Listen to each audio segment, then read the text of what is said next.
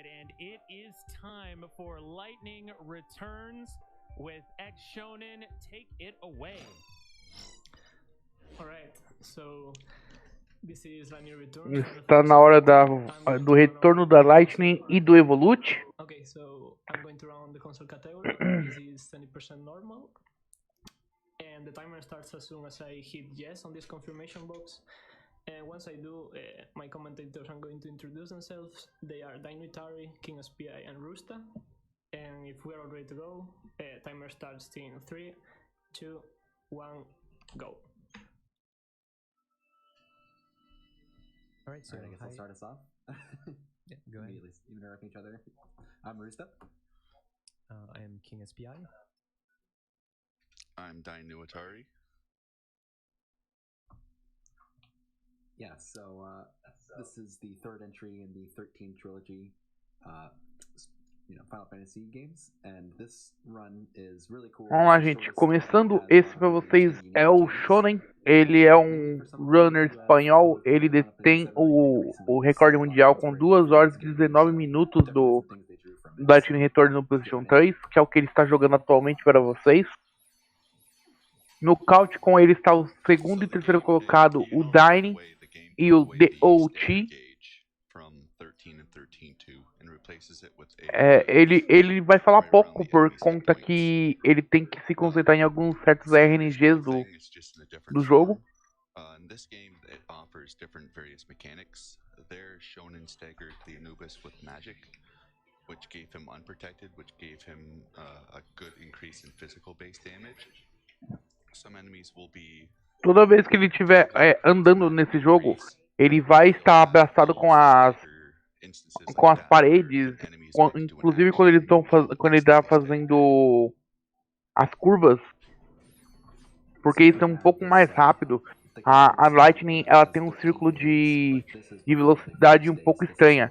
Com o pé ela dá 2 frames por segundo, com o outro pé 1 frame. Então é como se ela estivesse mancando o tempo todo. Quando você está na parede, o jogo te força a ir sempre na maior velocidade do jogo.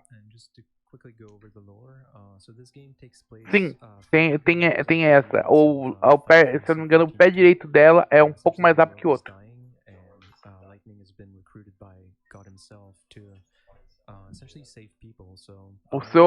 A gente vai ter um active bar, né, uma barra de corrida, e a gente tem que manter essa barra de corrida no azul o tempo todo.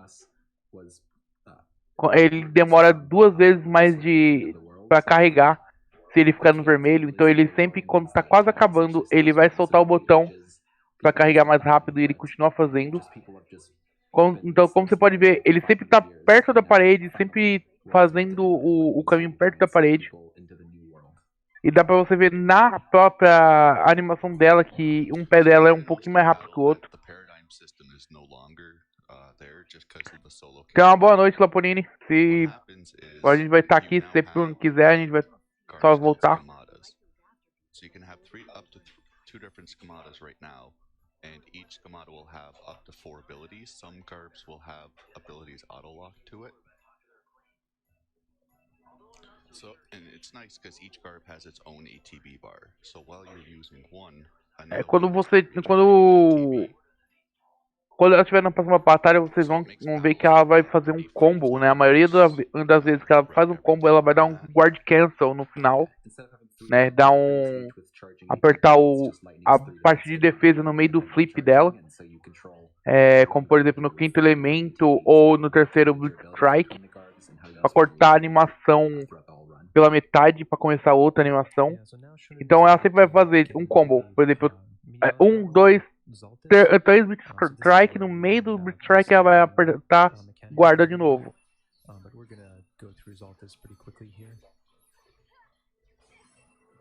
Sim, esse cara é um monstro nesse jogo.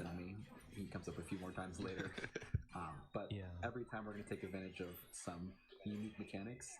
All the enemies, not all the enemies, but many enemies in this game have specific characteristics about them. Like, for example, this guy, when you stagger him, he gets unprotected, and then you can stagger him again by hitting him in the head. So Lightning jumped up, and then hit him a bunch in the head, causing him to become a staggered a second time, which is when he lies down and starts taking even more damage. Yeah, that's right. And it's, So, you know- it's interesting to note that some enemies actually take more damage depending on where you Ele, hit. esse jogo a gente vai ser abusado muito a mecânica de stag, né, de stagger, quando você bate em certos danos ou certa velocidade dos golpes, você causa stagger no inimigo e isso dá vários efeitos. Como por exemplo, essa tartaruga que ele acabou de enfrentar. Ele, quando ele dá stagger, ela perde totalmente a armadura e fica incapacidade de mexer.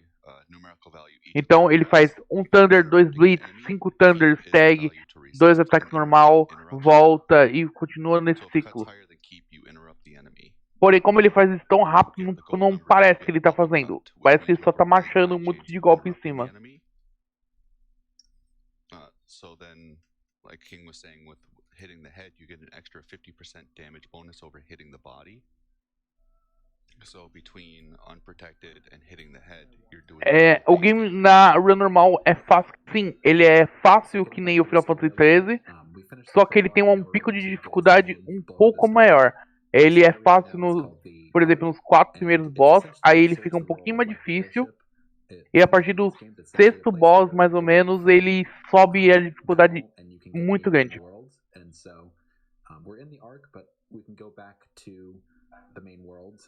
Agora ele pegou os 4 cubos, ele vai descartar uma das potions.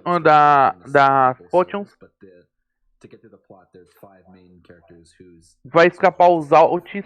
Depois que ele escapar, ele vai comprar 3 Phoenix Down e 2 Warden Potions. So, quick note here, you may have noticed that Shonen discarded a potion from his inventory. So this is because in the ARC there's a special shop that uses each. Sim, a escala, o jogo dificulta conforme você tem os dias dentro do jogo. Então quanto mais tempo você demorar, mais o jogo vai escalar.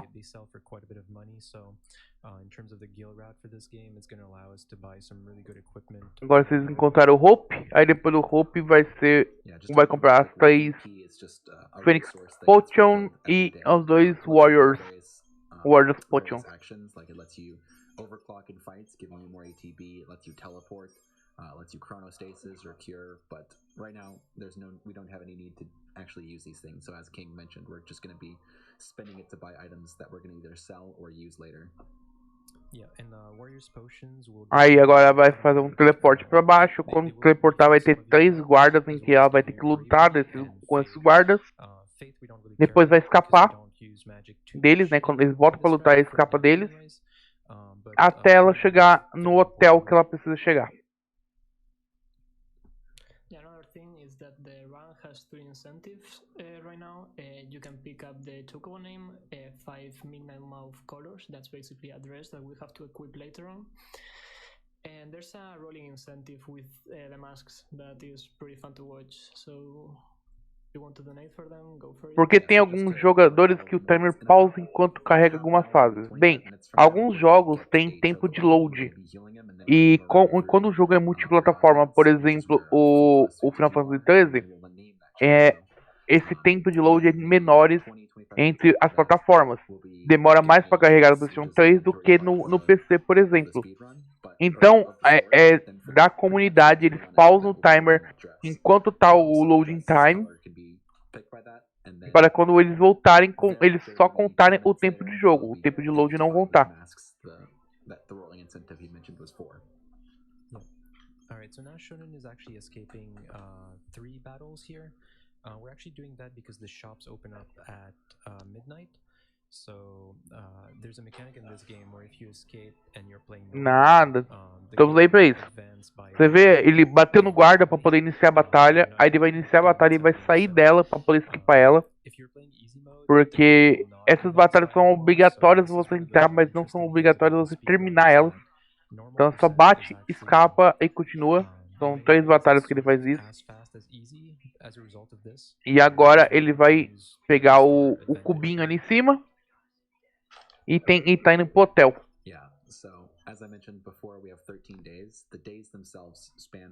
Fala com a moça do hotel e vai dormir até as 6 horas da manhã. Time you reach 6 a.m., you have to return to the Ark and then proceed to the next day. So for the sake of O jogo ele tem um 24 horas um pouco diferente. Não é da meia-noite à meia-noite, é das 6 horas da manhã até as 6 horas da manhã do outro dia. Então agora é considerado o segundo dia. Então até as 6 horas da manhã novamente é considerado o segundo dia. E é nesse segundo dia que vai acontecer a maioria das coisas. That's how the time mechanic plays in for us. There's going to be a reoccurring theme of once we run out of EP, the day ends.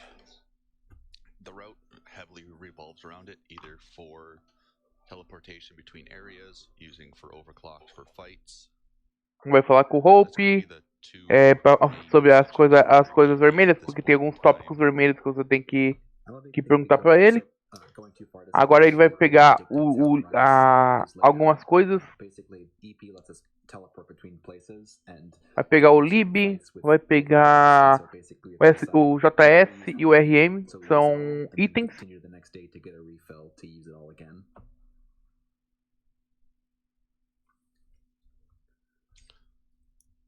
So here we're gonna. Oh, sorry, go ahead, Rooster. I was going to say that the 5 main quests are to help out characters that we've seen from various parts of the trilogy so far. So ele vai entrar em. Ele vai entrar em várias batalhas. A grande maioria das batalhas ele vai escapar, porque não são obrigatórias. Então ele vai matar os boss obrigatórios e algumas batalhas específicas para ganhar o XP específico.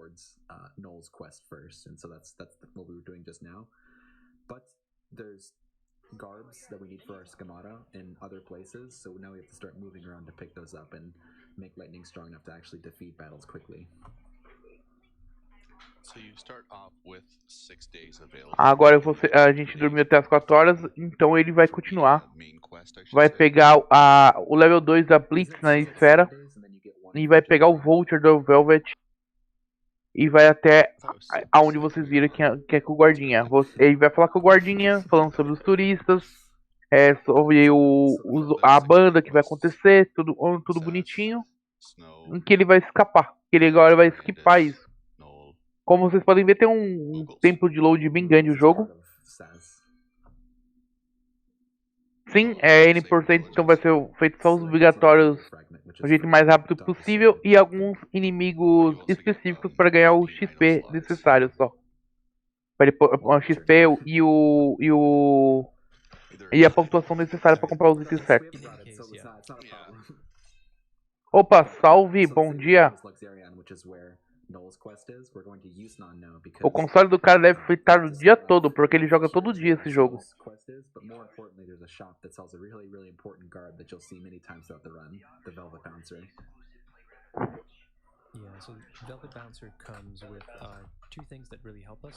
Agora ela tá de volta na cidade, onde que ela vai passar por trás das bandas. E pegou o Firework. And that specific blitz also comes with a plus 80 strength bonus, so this is going to be huge for us. It's gonna really Sim, ele vai rushar tudo que não precisa, ele tá rushando. Então ele compra o que precisa ser comprado e rusha o que precisa.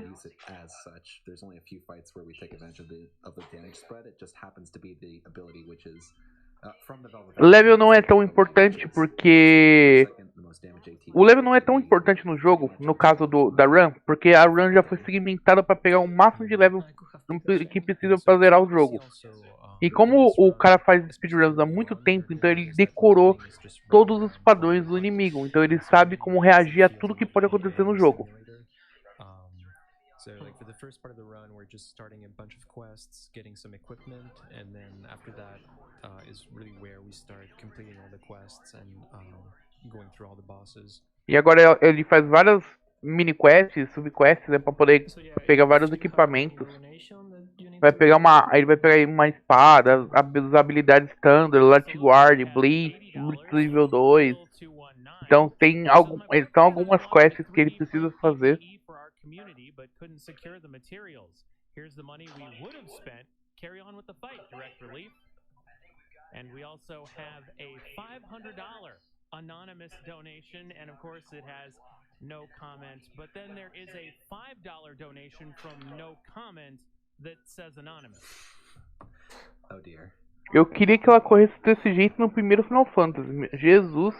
O Final Fantasy XIII, a primeira parte, os caras andam devagar, hein? Eu sofri com velocidade.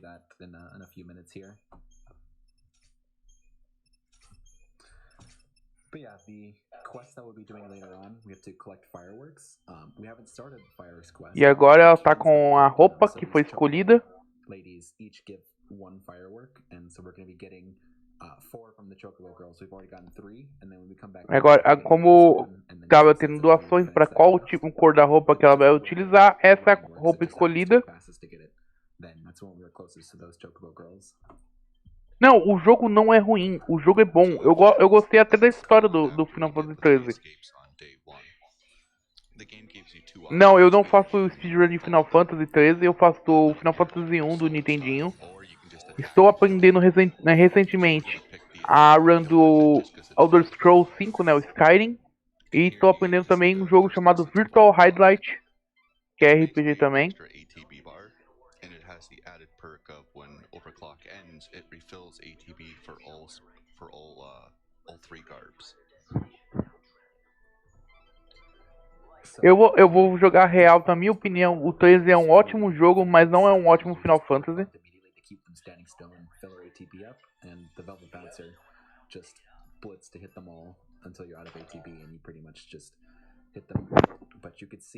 How much damage we're already doing just because we bought that one garb.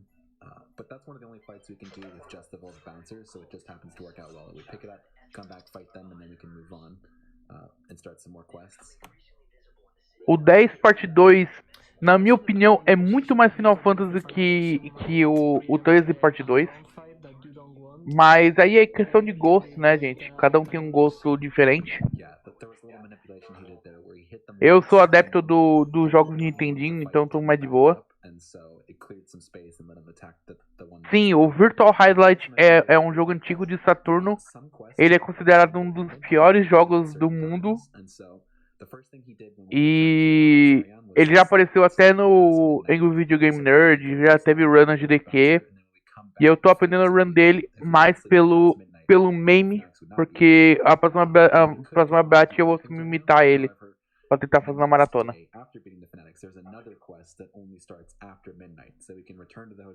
Discordo de você, DJ, mas não vamos entrar numa discussão aqui no meio do chat. Eu discordo de você sobre isso do Final Fantasy morrer na posição 2. Shop locations, you know, it's like a really big traveling salesman problem. It's very interesting run.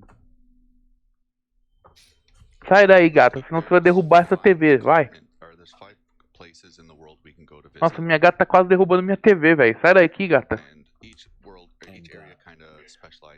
O nome do jogo que eu estou aprendendo é Virtual Highlight e o Skyrim. São os dois jogos que eu estou aprendendo. Oxarian's kind of just your general area. The place we're heading to next, the Dead Dunes, offers a lot of debuffs. And Deprotect mixed with another debuff called Imperil will be a large source of our damage for the whole run. Yeah, unfortunately... oh, go ahead, Shonen. No, nothing. Right now we're looking for a password in order to enter the fanatic section. And right now, in theory, you have to search for all the numbers. It's a 4-digit code. But we actually don't do that. Rafa, jogue Dragon Quest. Os Dragon Quest são muito bons. Se eu puder te recomendar um pra você começar, comece pelo 8. O 8 pra mim é incrível. The second one is the one that we check. In this case, it was a 6. The third is a 0, and the fourth can be a 9, an 8, or a 7. So if you want to try to guess the number in chat, feel free to do so. O cara que está jogando sim é gringo, é o Shonen, ele é espanhol e tem o recorde mundial do jogo do Final Fantasy XIII Lightning Return. Some people think that's a reverse jinx, so. I guess if you have a donation or two, now would be a good time because we have to go through the phone. Yeah. Ah, sim, Guedes.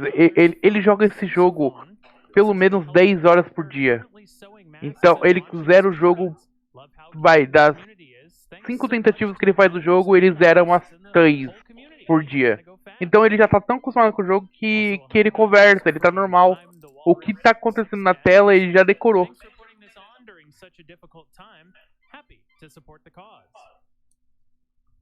Kenners chipped in $100, saying donating for Final Fantasy 13-3. Playing this game gave me so much anxiety. Please break. Sonic Mania é um jogo legal, Lelo. Eu recomendo você começar. Oh, it was a 5. Oh my god. It might be. Yikes. You may Oh yeah, it was a 5. you may have Oh, gotten yeah. some anxiety from playing this, from the days ending, too soon. Não, Saulinho, não vai ter matança aqui não. É um chat que não tem matança por conta de qual o melhor Final Fantasy. Awkward. Você fez, na verdade, a pergunta errada. Existem uns meios bem piores de fazer o chat queimar. So like the 6 looks like a B, and then the 5 looks kind of weird as well. So Não é que tá 6-0 pro telefone. É que aquele telefone ele tem 8 padrões que ele tem. Ele tem 8 números exatos que ele pode ter. Então ele tentou as maiores probabilidades e para as menores. picking up the crest of that row here. So it was mentioned earlier that we take advantage of the fact that the time advances by an hour if we have to escape a fight. We're used that many times, but our time is generally routed pretty tightly. Sim, eu posso sim explicar, o Mimifene. It's really bad, and we have to do O something. primeiro Final Fantasy, né, o Final Fantasy 1, ele foi feito nos Estados Unidos, no Japão, e ele demorou 3 anos para ser lançado nos Estados Unidos, o primeiro Final Fantasy. O problema é que nesse período de 3 anos entre o Final Fantasy 1 do Japão e para os Estados Unidos, foi lançado o Final Fantasy 2 do próprio Nintendinho. Até aí, tudo bem. O problema mesmo cresceu quando lançou o Final Fantasy 3. Porque o Final Fantasy 2 até que foi para o Nintendinho nos Estados Unidos. Só que demorou 4 anos pro 2 chegar, não 3. E já tinham lançado o 3 do Nintendinho. Quando eles falaram, vamos trazer o 3 agora, o Super Nintendo estava para lançar já. Eles falaram, melhor não. Traz o Super Nintendo e o primeiro Final Fantasy que o Super Nintendo fizer. Então fez o Final Fantasy 4 do Super Nintendo. E quando ele foi para os Estados Unidos falou, epa, a gente não tem o 3. Vamos mudar esse para o 3 para não ficar confuso. E aí que começou o bolo. 3, 4, 5 foi em sequência. Não, foi nos Estados Unidos foi pro lado o 3 e o 5. O 2 chegou aí, mas não fez tanto sucesso. So those are soul seeds, and to be able to complete the run, we need at least one. So either we pick one up here, or we can pick one up when we get back into Snow's Palace a little bit later in the run. Breath of Fire era um dos RPGs mais épicos de todos. Mas quando chegou na versão de PlayStation 2, eles conseguiram destruir a própria franquia. However, right now, since our only offensive tool is the Velvet Bouncer, we kind of have to really avoid things. A little bit later on, once we're stronger, we can just fight through things, and that might happen in this run. But pode falar, James, o que tá acontecendo? Run away from things and just try not to get no encounters. So if Shonen got into an encounter there in the Chaos increases enemy stats, hit points, magic, and strength by 50%. It also gives them a permanent regen buff, which they'll slowly restore a portion of their maximum hit points every second.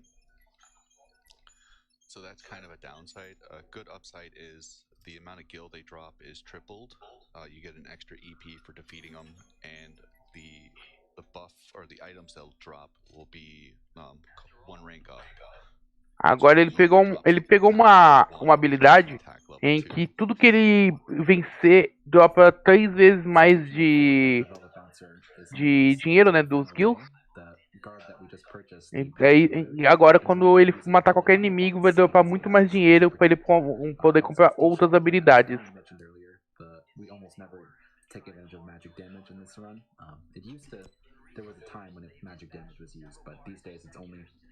Maneiro, maneiro. Tem outras pessoas também fazendo run de Final Fantasy VII Remake. Tem o XIII que tá fazendo. Se eu não me engano, a Mei também tá fazendo.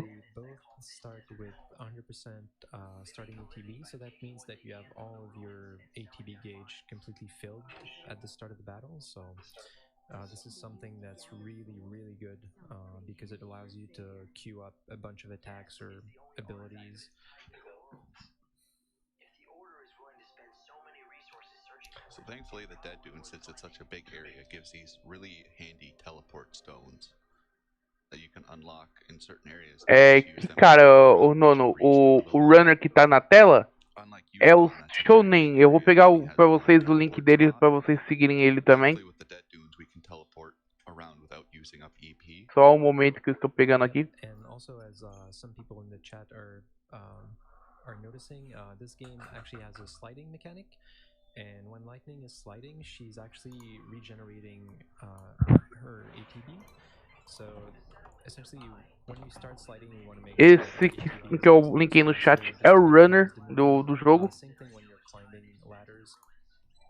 Ele faz runs desse Final Fantasy XIII aí, Lightning Return, e o 13 Parte 2. Ele também faz, ele também é o primeiro colocado. Regain stamina while climbing ladders. Take that link from Breath of the Wild.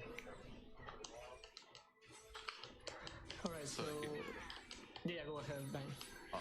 So Imperil is normally a 15% base drop. In this route we fight the Beneficente tem um modo de você fazer o remake também ser por turno, mas ele foi concebido mais em cima do Final Fantasy XV, né, que é mais action RPG. Então é bem mais movimentado, as coisas estão acontecendo o tempo todo, coisas parecidas. Both of them together, you're sitting at about a 99.5% damage increase. So between those two buffs, and later on we'll be getting an end spell. Felipe Bruno, eu não vi o que você falou. Double damage without including bravery or stagger conditions or anything like that. Yeah, so when Dine says an end spell, just I assume that's. Eu não entendi o que você quis dizer, ô Felipe, por isso que eu não falei nada. Buff that's going to be on lightning, and there's a 4 specific bracelets that we can pick up throughout the run that will give us one of those. So it's either basically Enfrost, an arrow, and fire, or and thunder.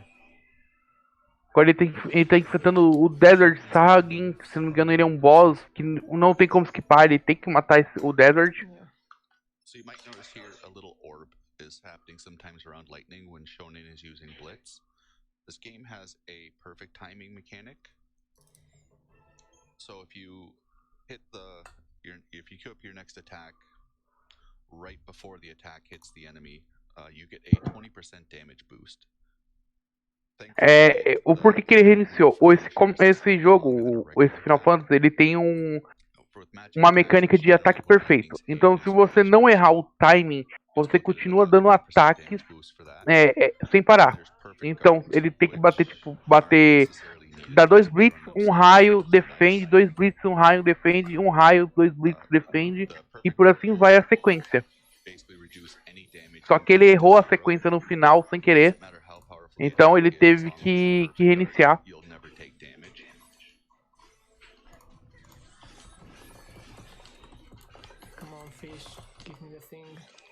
E ele tem uma mecânica de defesa absoluta.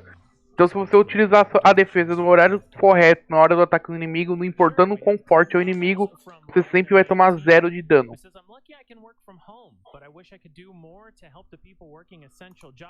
Sim, é um buff que ele tem. Ele pode dropar um buff nesse boss. Who says, very cool way to contribute in a time like this. Event organizers are very inspiring like always. And remember, if you're looking to get, se eu não me engano, ele quer pegar um chamado Império, se eu não me engano, coisa parecida. So people are going to want to, if they want to try and snipe the name, now would be the time to do it. Correct. So, we have a save é Imperium, né? É Império. Ele precisa pegar um Império, só que a chance de dropar ele é um pouco pequena. Cada luta demora mais ou menos uns 20 segundos de luta. Mas pode dropar esse item e ele precisa desse Império pra continuar. But the thing is, once you beat the Sahagin, the chaos disappears, and we're also not really prepped to actually fight out of chaos without a warrior's potion or an overclock, and so you really have to get it in your first try. So if you don't get it, you have to load the save and just try again from where you were. Another thing to mention with the time mechanic is the Desert Sahagin stops spawning at 4 a.m. All spawns are universally replaced with a Monectin. So if Shonen was to escape from that goblet fight, he'd no longer get the Sahagin spawns.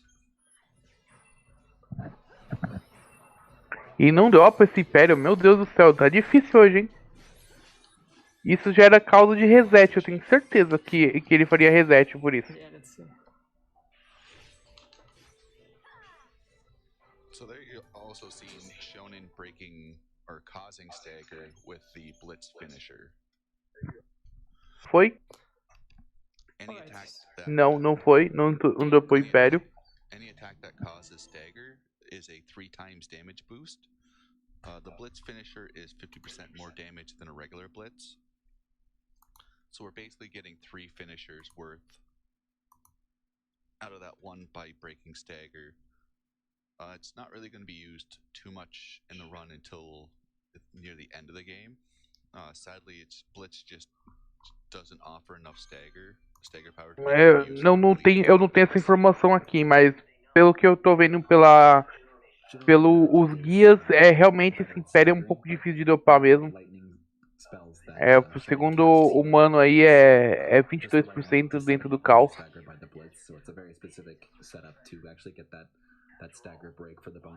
Ele tá jogando pelo PlayStation 3. Ele corre pelo PlayStation 3.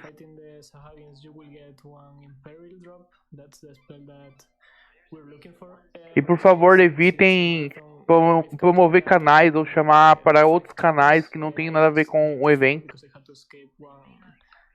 One encounter that wasn't as a Hagin, we should be underestimated, so we prepared this save file number 5, which has the Imperial drop. And yeah, sadly we didn't get it on the proper run. Yeah, some people were asking in chat earlier as well. If you're thinking about speedrunning this game, you can also speedrun it on PC. And one of the community members, Niji Bashira, created a mod that guarantees a 100% drop rate for Imperil and also another O Dragon Quest IX, o Sentinel of the Starry Skies, é gostoso de jogar assim. Ele não é o melhor dos Dragon Quest, porque eu considero o 8, o Journal of the Cursed King, o melhor, mas ele é muito bom.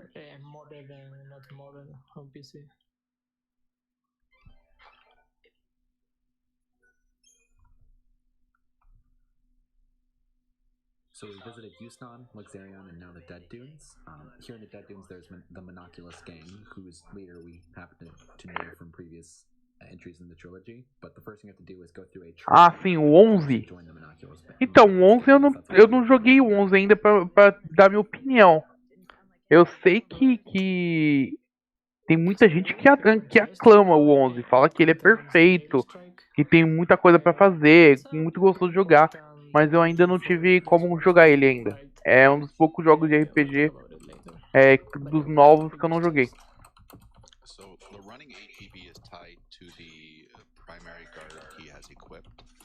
So right now, since it's the Equilibrium garb, it's using Equilibrium's max ATB for the running gauge. Ele conseguiu o Império.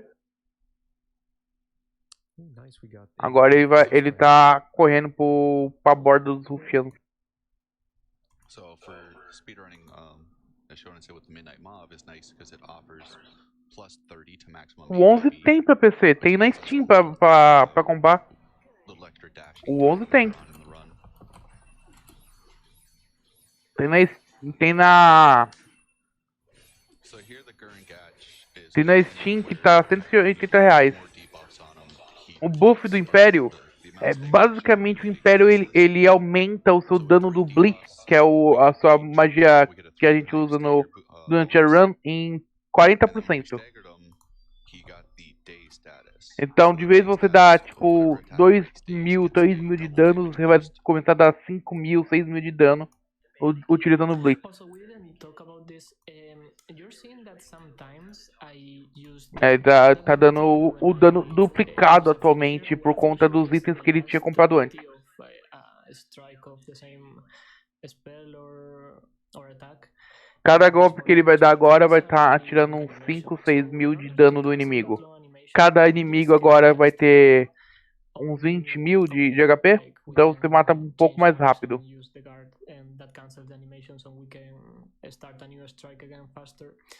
That's the main reason that Light Guard is equipped on the second guard. So Light Guard consumes less. Sim, isso vai funcionar até o final do game. Isso vai funcionar até o final do game e com outras armas que ele vai ter no futuro vai dar mais dano ainda.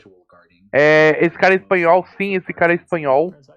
Ele é a pessoa que tem o recorde, o maior recorde nesse jogo.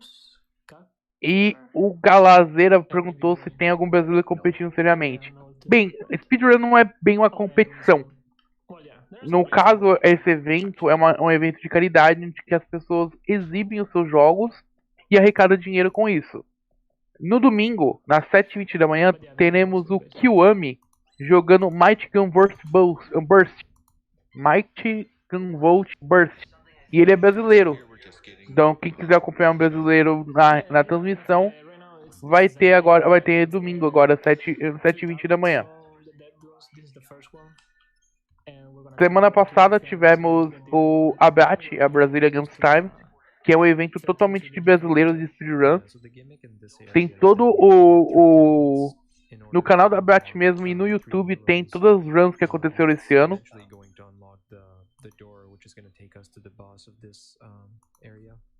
O XIII, sim, o XIII é BR. XIII ZX.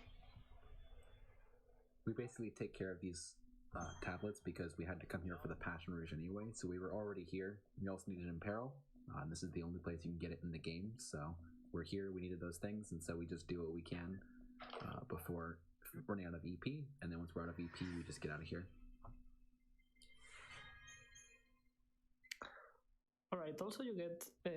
GDQ é um evento, né? O que vocês estão vendo agora é um evento chamado Corona Relief Done Quick, que é um evento que está acontecendo agora, que vai até amanhã, domingo, com até 50 jogos na programação, 24 horas de streaming sem parar.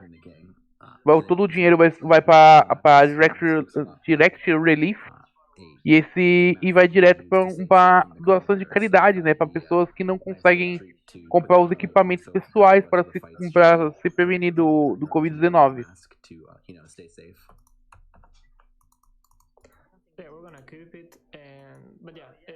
Later on we're gonna get into the mask incentive, so it's just a little bit of a thing before that incentive.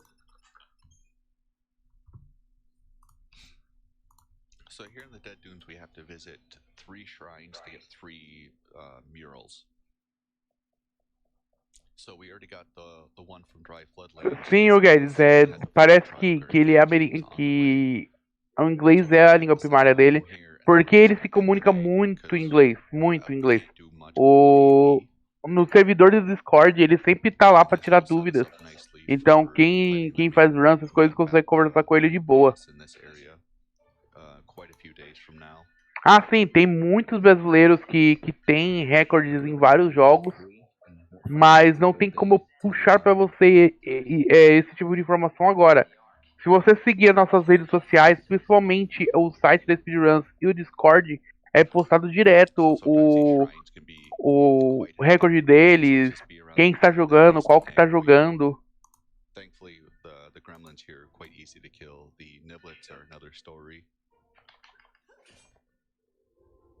E felizmente temos o Alex no chat, que é o maior mod de todos. Alright, so yeah, we killed the day by escaping this to reach the 6 AM time mark, and then we're gonna return to. E não era pra ele ter pego esse esqueleto, o esqueleto ele tinha que ter fugido, mas pode acontecer. It's actually pretty close. We will run a little bit do a battle, and then we are going to name the chocobo. So get your donations in.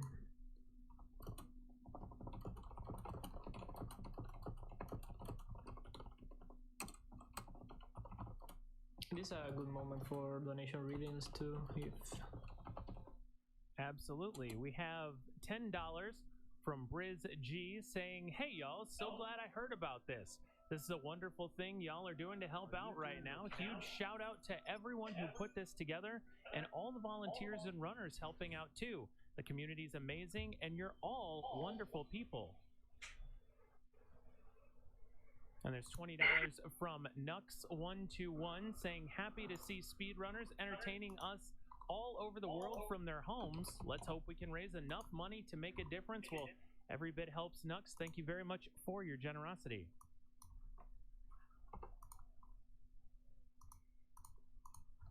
And probably go for one more. You got it, a $50 donation from Anonymous. There is a comment this time, though, saying, "As usual, thanks for doing this. Great time and great charity." All right, thank you. So now we're going to head over to the Wildlands. So this is where we're going to find our chocobo. And yeah, like, so the first thing that Shonen is going to do after getting to the Wildlands is you're going to see that the chocobo is not doing too well. So he's been fighting against a chocobo eater. And so as a result, we're going to fight against that chocobo eater, and then we're going to have to heal up the chocobo. So that's good. That's going to be our next order of business here. Volto em minuto, galera. I mentioned before that we sort of path out the places we visit first because of what we actually need to be able to do fights. So the first place we went was Yusnan for the Velvet Bouncer. As King said, there's high strength equipment there. Next place we went was Dead Dunes for Deprotect to do more damage with Deprotect, and also in Peril, so debuffs. And finally we come here where we can get the in-spell item that was mentioned earlier. Here we can get the Water God armlet, which will give us automatic in Frost. So all of Lenny's attacks will have a Frost damage element to them, and also you can buy potions here, which give in-spells. Ok, voltei. Vamos lá. Eventos BR. Tivemos um evento recentemente do Brasil Against Time, né? Uma maratona de speedruns que foi para a Médicos Sem Fronteiras, as doações. E mais eventos podem ser vistos. E vocês podem submeter também seus jogos. É só entrar no nosso Discord. Que no nosso Discord a gente fala diretamente das maratonas, eventos e coisas parecidas. O Alex aí deu a exclamação Brat, para vocês poderem seguir o canal da Brat e o Discord deles. Tem também o nosso Discord que ele acabou de postar no chat.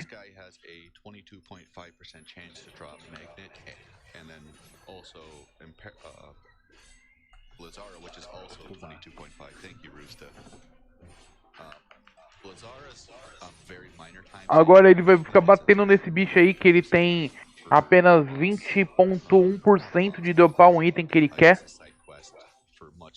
Ele quer um item específico. Eu tô tentando lembrar o nome dele.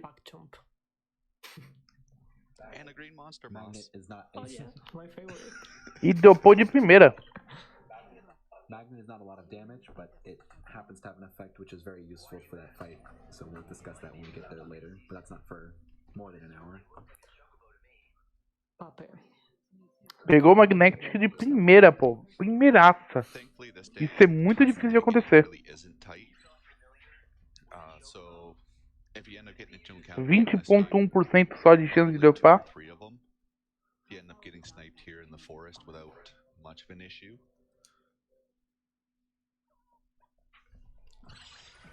We generally have it set up so that in the places where it's really, really hard to not get sniped, it's okay. De repente, um chocobos gigante.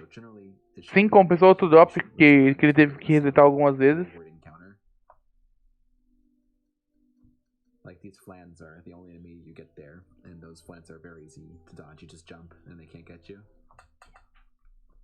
Yeah, so the chocobo was taken back to Kanopa's village, which is where Shonen is headed right now.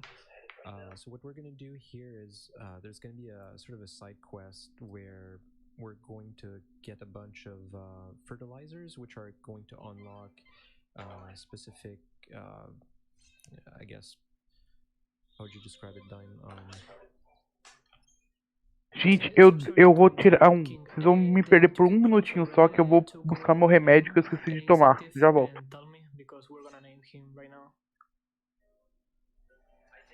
Sorry, King, what were you saying?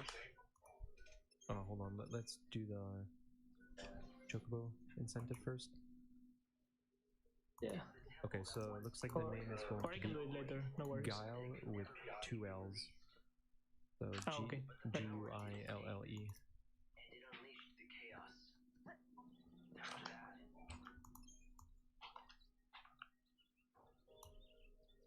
Like this, I guess. All we know is the name. Yeah. Unseen chaos. Nice. So Yep. yeah, the fertilizers. We're gonna take 2. Talk to one NPC and then take 2 more. So we're gonna need them in order to heal our Chocobo. So yeah, this is a long running section of the game. Then I guess I'd better find this assistant of Dr. Gasol's. Also, if there are donations to read, it's a good moment. Absolutely. We have $500 from Michael95 saying, I know this pandemic is having a serious impact on so many people, but I'm fortunate enough to be in a position where I'm able to support organizations that are helping those who are impacted. So that's what I'm going to do. GDQ, thanks for putting this event together, and thank you, Michael, for your amazing generosity toward direct relief. Also, you can see here that the trees hitboxes are not quite incredible. If the trees are really small, you can basically get past through them. So that's what we did on the previous section. One other quick thing we can mention that's sort of a speedrun trick is that the first thing you're supposed to do when you come to the Wildlands is go straight to Canopus Farms, where Dr. Gasol tells you about the Chocobo who's in distress, but you don't actually have to get that information. You can just head straight to the Chocobos. So the first time we met Dr. Gasol, we'd already rescued the Chocobo and brought him back to the farm. So it's kind of a little funny thing. We just skip over that to save time.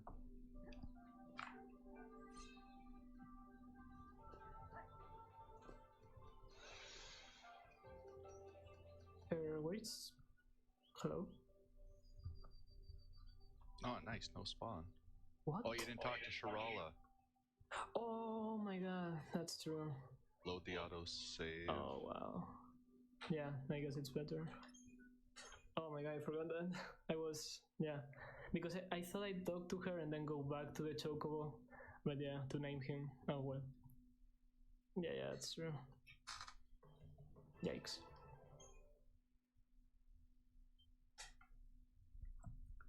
Yeah, the autosaves happen pretty frequently. In one of my PBs during this run, I crashed pretty much exactly where you were and just had to load the save. Oh well. It's the exact same one that you're loading now, and it's still okay. So nice. Everything should be good. Just make sure you talk to Sarala. Yeah.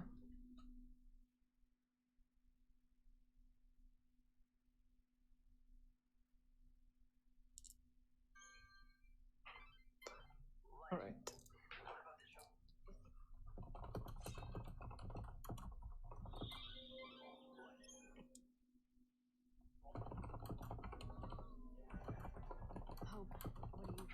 And I guess while we're going through this, if you want to read out 1 or 2 donations. Absolutely. $10 from Lightning Venus saying thank you to the organizers and runners for getting this event for such a great cause. We need to keep working together to support our essential workers who are Bem, voltei. Tomei o remedinho aqui. Agora ele vai fazer o Chocobo dele, onde ele vai colocar o nome do Chocobo que ganhou.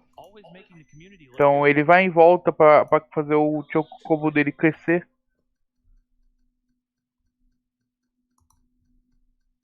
Alright, so now we're truly going to make our way all the way up to Yogg Village. O melhor lugar para fazer Chocobo, não? Which Shonen is not going to use today, but there's been a lot of routing improvements, some of those coming from Dine and Rusta, where we can actually use the Vengeance Guard, which comes with Beatdown. It's essentially the best staggering ability in the game, and we can do Sobre corre Mario, tem muitos runners na comunidade que corre Mario. O Cauê corre o Mario 64, se não me engano. Eu não sei se ele corre o Super Mario World.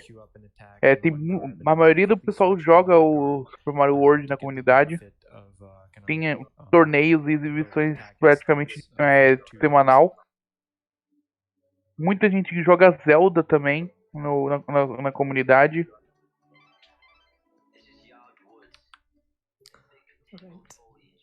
Sim. Por favor, Davi, sobe aí.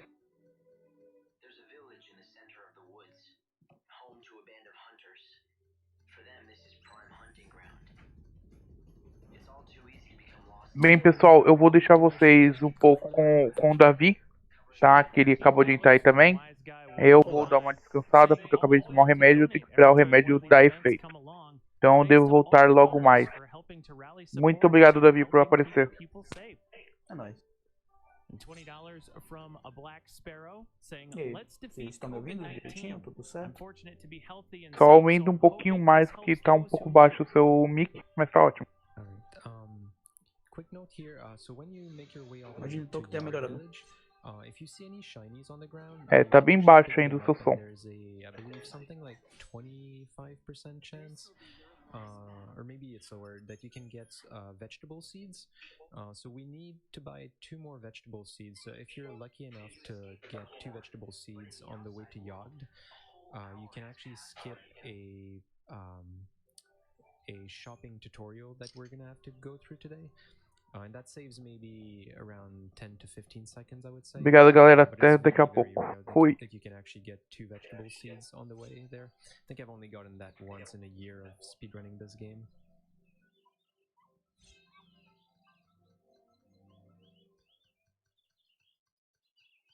Alright, so we're gonna get the Bom, eu acho que agora deve estar um pouquinho mais alto. Eu mexi um pouco aqui, eu espero que tenha melhorado. Vou estar aí comentando um pouco, tentando traduzir um pouco aí os comentários. Então, se livre também para me dar uma ajudinha aí no comentário, nas informações que a gente tiver um pouco mais de entendimento sobre o Final Fantasy. 13, né? 13. Beleza.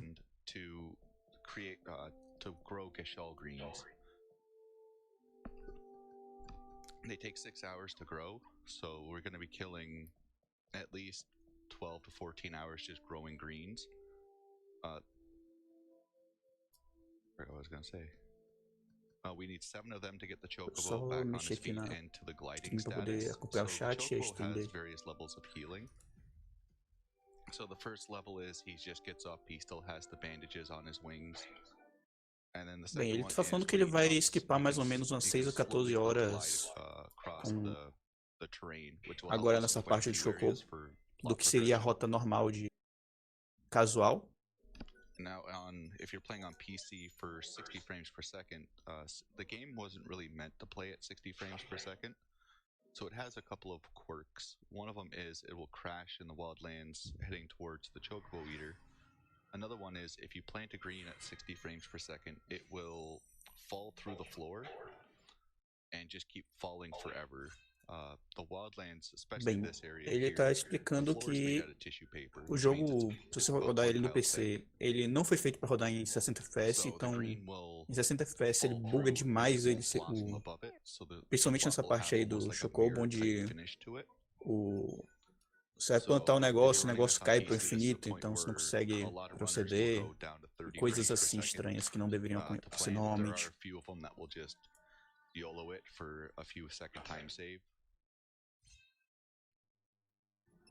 Yeah, inexplicably, Square never really acknowledged the bug, which is kind of weird considering a lot of people were complaining about it. Where if you're watching this, please roll out a patch. E no caso a Square meio que nem liga pra isso, nem deu bola pra esse bug. Desde que a galera reclamando, eles não se importaram bastante. That's what I like to use. Alright, so after this É exatamente 30. Ele foi feito para rodar em 30. Which lets you run at like over 120 FPS, and the game is just completely broken when you get there. É estranho que alguns jogos, mesmo hoje em dia, tem tanta discrepância assim em FPS. And you can also run pretty much forever. The ATB never goes down. Inclusive tem alguns jogos que afeta até a própria speedrun. Uns coisas que você consegue fazer em uma FPS maior, não só em glitches, mas execução também. Take one Gizal green, plant another one, feed the chocobo everything we picked up, like a chocobo, fatty milk and the Gizal green, and it's gonna heal to the first stage. After that, we're gonna take another two Gizal greens, and then we're gonna plant the last two. Ele vai plantar alguns bagulhinhos do Chocobo, né? Já tá familiarizado, as Gizal Greens.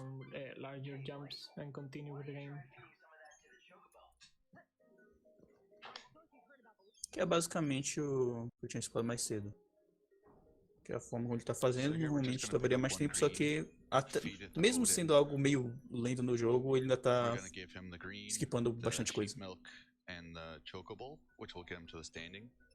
Picking up the greens from being on the chocobo is slightly faster than lightning doing it. So it's kind of a runner's choice thing if you want to just pick them all up manually or go on the chocobo and grab them. It's, in the end, it's pretty much all the same.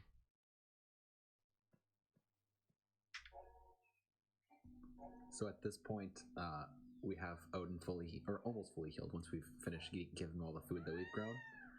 There's two other big quests that we need to do in the Wildlands, but the first thing we have to do is pick up a few different items that are around, and once we've picked up those items, we'll be in completely the wrong place to do those quests, and so we instead just go and start one quest and then continue on with other quests in other places.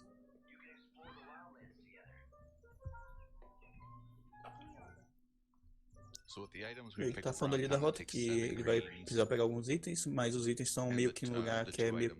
não é o caminho para algumas quests. Esse probleminha aí. So here, Shonen will also be taking advantage of the outfitters here to buy Electronica. Electronica gives you Thunder Plus. So instead of it being Thunder, it's Thunder, Thundera. Spell finishers have as much stagger as the whole chain. Ele falou que vai abusar da mecânica de outfit para comprar uma equipe para modificar a força do Thunder dele. Então, ao invés de mandar 3 Thunders, ele vai mandar 2 Thunders e um Thundera. So at this point in the run, we get to see a really cool instance of how the game, or how the speedrun is put together to make everything fit really well. So we have a full EP gauge. So we have 5 EP, costs 3 to teleport and 2 to overclock, and we set to a specific time, 3 o'clock. And so things are arranged now so that we can go and pick up an item that we need, and then do a completely separate part of the game. We can go and fight Null, which finishes up the Lexarion quest from where we were earlier. Tá comentando um pouco sobre a rota, né? A rota dos pontos que ele tem ali na esquerda, aqueles 5 pontos. Que ele tá fazendo tudo bem contado, não só nisso, mas no tempo que ele botou ali, esquipou o tempo do jogo. Então, tipo, tudo já foi bem planejado, ele ter os 5 para usar as coisas específicas e colocar o horário para fazer tudo certinho. So there's one main quest where we have to grab 5 soul fragments. Apesar desses jogos RPG não ter uma execução tipo muito incrível na maioria dos casos, né? RPG é um jogo mais lento, digamos assim. Geralmente a rota deles não é algo muito simples, né? Tudo bem no limite do que você precisa e dependendo do RPG ainda tem bastante energia envolvida. Or one of the 5 soul fragments we need.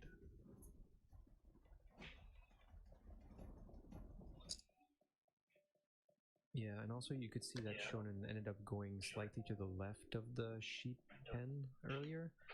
This was specifically to avoid activating the Arias teleport point, Exato. just because we're never gonna need to go to Arias for anything in this category, so Eu não conheço it's muito just esse, gonna mean that mas the teleport list is é bem gonna be a little comum bit o run smaller. de Final Fantasy ter, tipo, você chega no último boss e você termina a run se o boss quiser.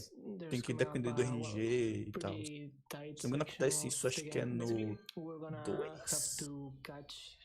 É no 4, não lembro. Acho que é no 4. E no 10, se não me engano, também é bem pesado o RNG no final. Os outros eu não conheço tanto a run. Não é algo incomum.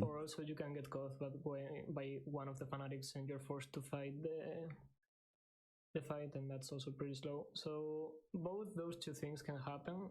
Hopefully none is going to, but yeah, that's a pretty big time loss. So this area only opens up past midnight. This area is called the Warrens, and this is where we're going to be using that Crest of Etro we grabbed it back on day 3. If you didn't pick it up, it's not a big deal. You just have to fight the Fanatic. It's a pretty weak enemy, so it's not that much of a time loss. Bom, essa área que ele tava ali, ele só acessava depois de meia-noite. Um dos motivos de tá mexendo com essas coisas de tempo. Alright, so here there's going to be a little bit of a platforming section to get to Null. This is one of the things that I think this game does really well is, if you look at the trilogy as a whole, I believe the first game didn't really have too much platforming. Seção de platforming agora. Game 13.2 started to introduce Que é bem comum platforming sections, especially in the last area of tá rolando isso. Academia 500. But Lightning Returns really has platforming kind of integrated into the game in many areas. So here we're just trying to kind of jump from platform to platform and trying to dodge all these fanatics on the way to Null. So Shonen did a good job at that. Yeah, it was pretty good. O runner ele fez uma boa execução. O cara tá falando que esse jogo ele realmente implementa muito bem esse sistema de platforming. Então vai ter outras sessões também. Essa não vai ser a única. It was mentioned before that there's multiple stagger conditions for different bosses, and some can have multiple levels of stagger. So our job here is to pretty much stagger him once, and then we can debuff him, so he has Deprotect and Imperil, so he takes more damage from our attacks. And then Gale Strike.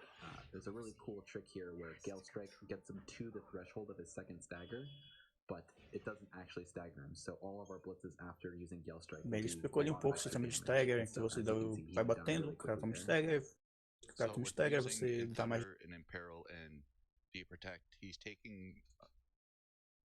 Sim, ele foi todo bem contado para dar o stagger, finalizar e depois dar o stagger antes dele levantar de volta.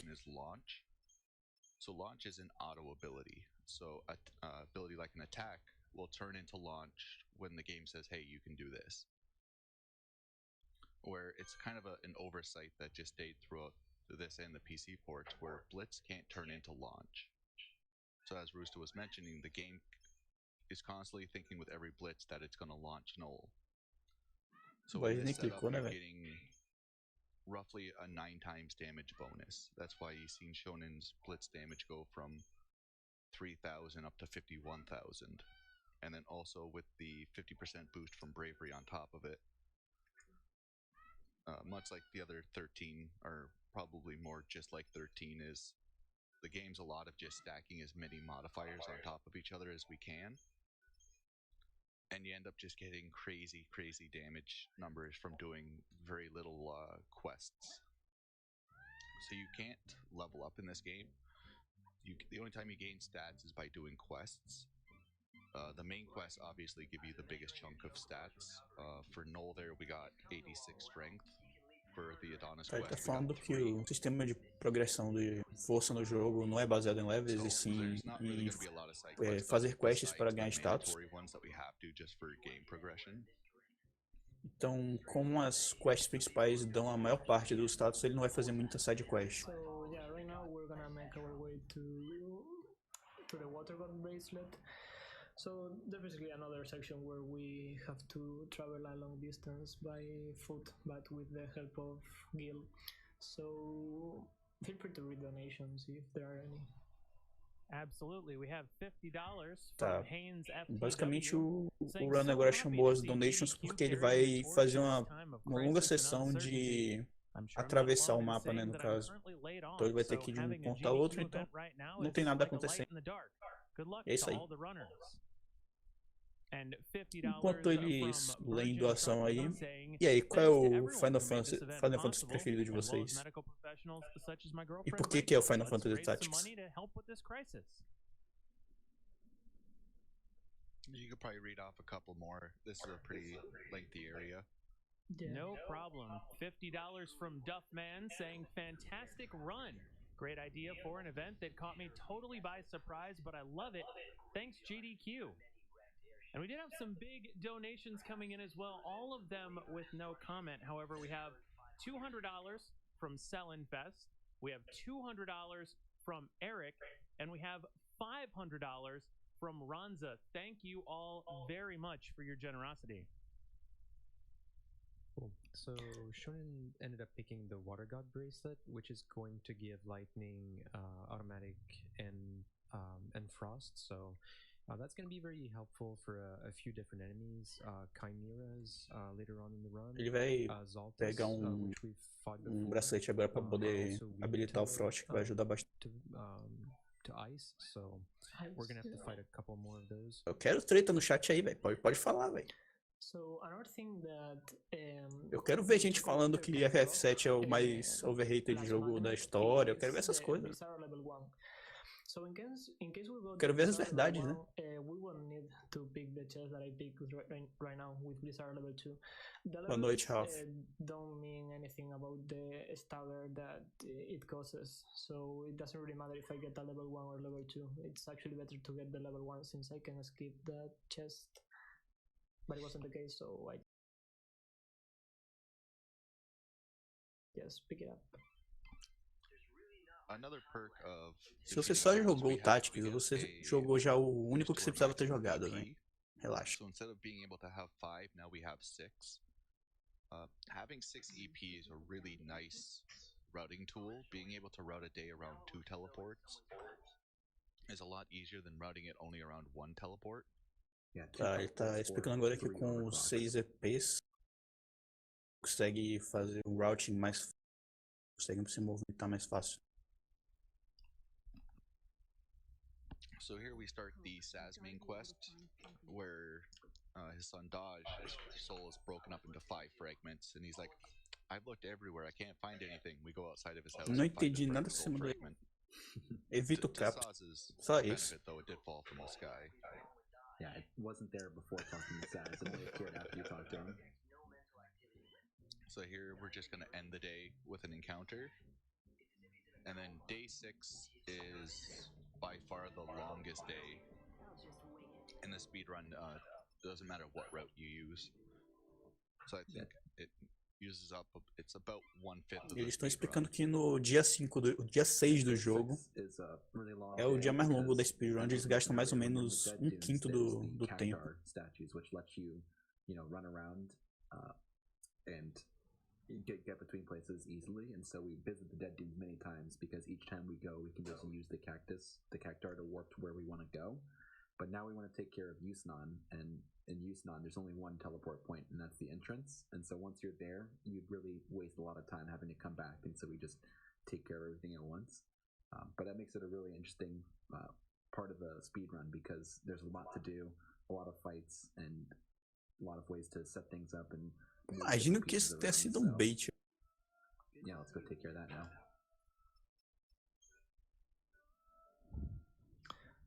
So right now we're gonna go to the... No caso, 2.30 ali é a versão do jogo, 2.30. E 2014 é quantos anos o runner tem, velho. And after that we're gonna get to another pretty unforgiving section of the game if you get too many encounters. We'll talk about os recordes da speedrun você olha no speedrun.com. Lá tem as informações dos recordes, do tempo do runner, essas coisas, os tipos de categorias diferentes, regras e coisas assim. The whole quest that we started earlier was to try and get a sneak-in ticket to get into the underground area, which lets us get into the palace. or into the Augur's Quarter, which we use to get into the palace. E no caso, como eles estão fazendo run num evento onde eles só têm uma chance, é bem difícil eles baterem o recorde, né? Porque se fosse fácil, todo mundo saía batendo o recorde o tempo todo. Não é algo comum, né?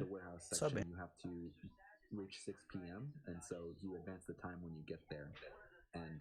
Então eles têm uma tentativa para fazer um tempo e eles dão preferência a não perder a run. Então eles preferem que a run não morra de algum motivo do que pegar um recorde. Então muitas vezes vocês não vão ver um recorde mundial em GDQ ou outros eventos.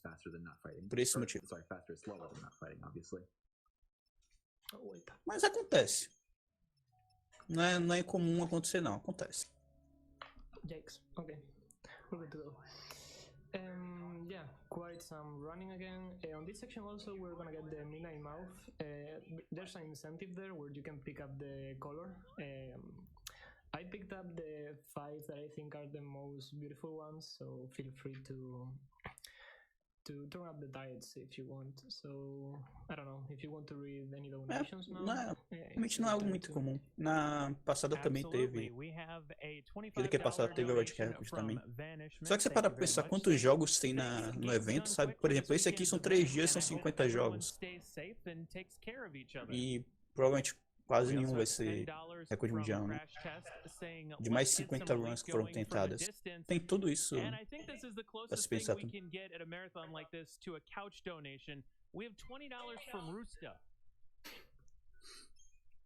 Mas tipo, se vocês quiserem ver recordes, essas coisas, de vez em quando eles fazem outro evento chamado, acho que é Chase the Record, algo assim.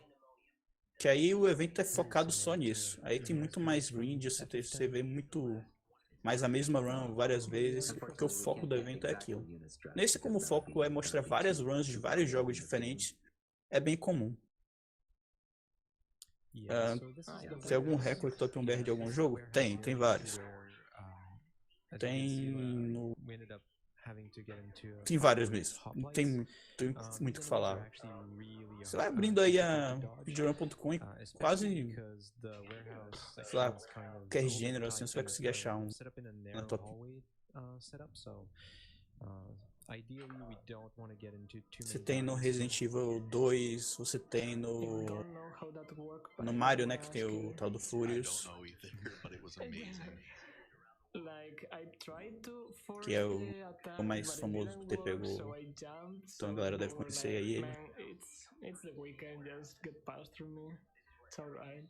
Em alguns jogos mais conhecidos tem vários. Mega Man tem o Luiz Miguel. So we're only allotted 2 escapes here because the firework vendors, where we're going to be getting the majority of the fireworks from, close at a certain time. And if we escape more than 2, they're going to close up shop, which means we're going to have to kill a day and push everything back. And this is kind of not a pivotal day, but it can lose you a couple of seconds. The enemies after this day will get a 33% hit point increase. So an enemy like Xaltis, for example, will go from 112,000 to 156,000 hit points. Which is an extra couple of blitzes. Sim, God of War. God of War tem um fator extra que God of War, a maioria dos runners é BR, né? Você é leaderboard de God of War, é quase todo mundo BR. É esperado, mas sim, são BR. So here Shonin's just gonna Gale Strike until first stagger. He's gonna get him back to the red waves. And then just depois do stagger ali, ele abusou do Blitz para poder finalizar o boss. Mas o novo R3 já tem run, tem a galera já praticando. Só que a galera não tá praticando mais muito assim, não tá mais empenhada, digamos assim, porque a leaderboard ainda não foi criada direitinho. A leaderboard só vai ser definida, acho que amanhã, caso dia 19. Então, por enquanto, a galera não tá fazendo nada de submitar, de ter algo assim bonitinho, organizado do que é os recordes. Tem a Sakushi, o Neves, Vineve, tem o Igor Almeida, tem o Trator Saboado, tem BR pra caramba.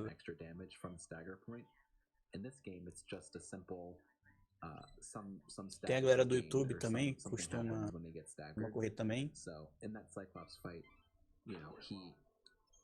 He has 2 staggers and he gets them when he gets staggered, but the amount of damage doesn't go up like it does in the previous game. So there's another possible strat there where you just hit him with blitzes and don't even bother with all that effort that went into staggering.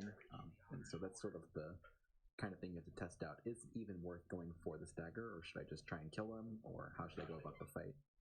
Or some of the newer strats do ability buffering.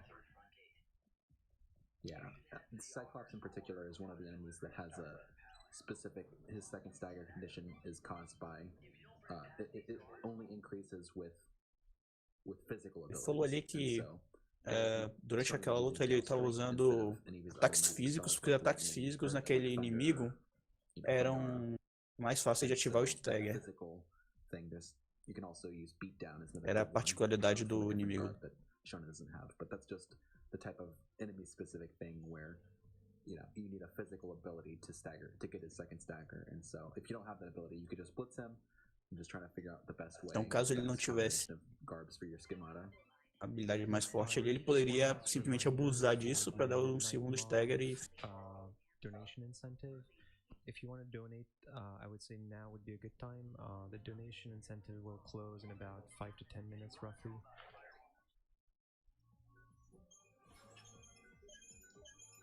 Yeah, we have to go collect the fireworks and then fight some enemies, and we will, once we're done fighting those enemies, we'll come back and put the dress on. Yeah, so here Shonen is buying some bravery potions. Dine, who's commentating with us today, has done some work to introduce the Thorn of Courage, which is essentially like a bracelet item that gives us automatic bravery in exchange for 5% of your HP every battle. So Shonen is not using that today, but this is something that's tá falando ali que uma outra rota, ao invés de ter on PC these days. Equipe que diminui 5% a vida máxima dele, daria um bravery automático. Só que como ele tá usando essa rota, não vai ter isso. A diferença aí da... Well, you cannot finish the Mughal village section, sadly, but that would be really nice too. It's not a big difference. Dine, correct me if I'm wrong, but I think you timed it to being about 10 or 15 seconds of time gain. Yeah, it's about 15 from skipping shops, throwing potions.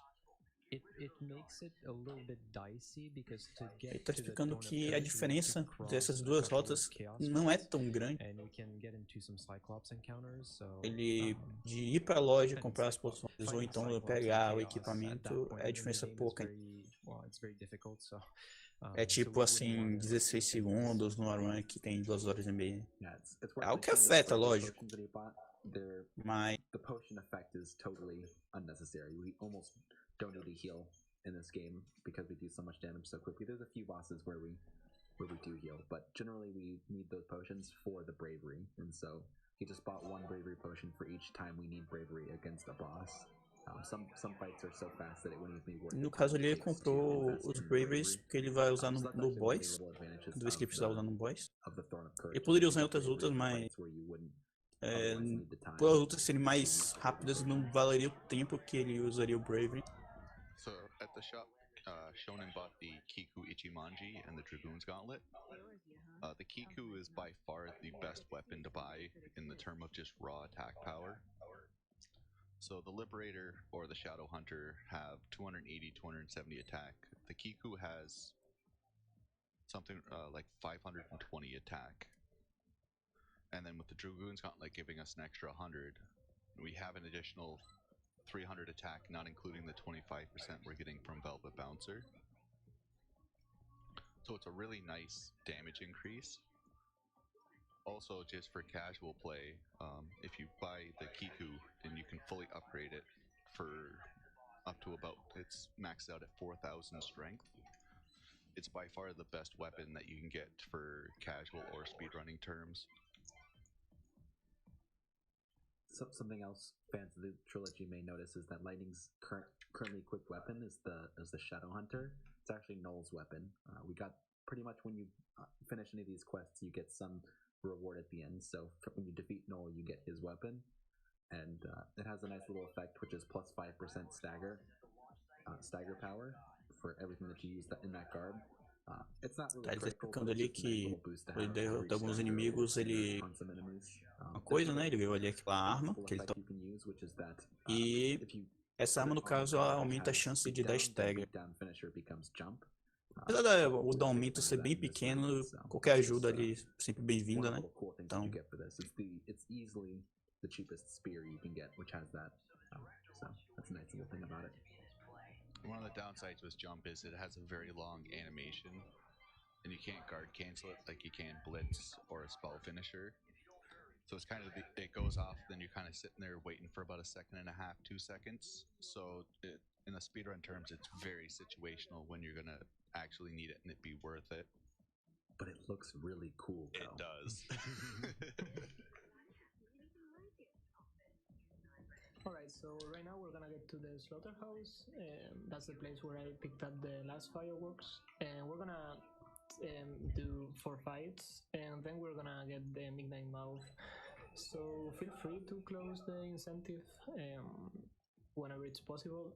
And after battles, you can tell me which. tá, ele tá falando que o incentivo que tava rolando we got perto selected. bateu o tempo. Então, Então, this makes me kind of wish that there was more teleport spots in Yusnan. eu só vou instead dar uma of olhada just pra the ver station. qual que era o incentivo. Yeah, Like having you a have to run teleport. across the town so much. Yeah, this is kind of the most fetch questy of the areas. The funny thing is, from the other side of Yusnan, where we just were at the inside the Augur's quarters, you can teleport halfway to the slaughterhouse and then run there. Turns out that the amount of time it takes to teleport and load Yusnan is actually about how long it takes to cross half of Yusnan. So even if you wanted to spend the EP, you wouldn't. So the actual plan at this point in the game is extremely elaborate and nonsensical. You are getting fireworks to demolish a statue to break into the palace. And even the director of the play that uses the fireworks says it's a terrible idea, but he ends up helping you anyway. But we are going to ourselves get into the play using the dress that we win from fighting these fights. And so after these battles, we will É um incentivo acquire that para dress and it'll be a main guard for a cor de uma several roupa. several more days in the run. Now these fights, where Por enquanto, a cor que tá ganhando é branco por apenas $1. Tá com $60 um centavo e o segundo lugar tem $60. However, now it's much stronger. Enemies generally get stronger as time goes on throughout the run. But now we are also much stronger. So we had the Deprotect, the Imperil, we could stagger him and do more damage. And now the first enemy from the tutorial was the Anubis. The last enemy was the Zaltis, and we'll be seeing him now. And again, same idea. We are more powerful, so is he. But we went faster than we did before. Yeah, you may notice also that the Zaltis here is actually Que made slightly differently. So inimigo it's de novo. Zaltis Brimstone. Tá I simples. believe they did this so that they wouldn't count against the extension numbers. So in this game, you can actually fight a certain amount of enemies of a same kind, and you can basically extinct certain species.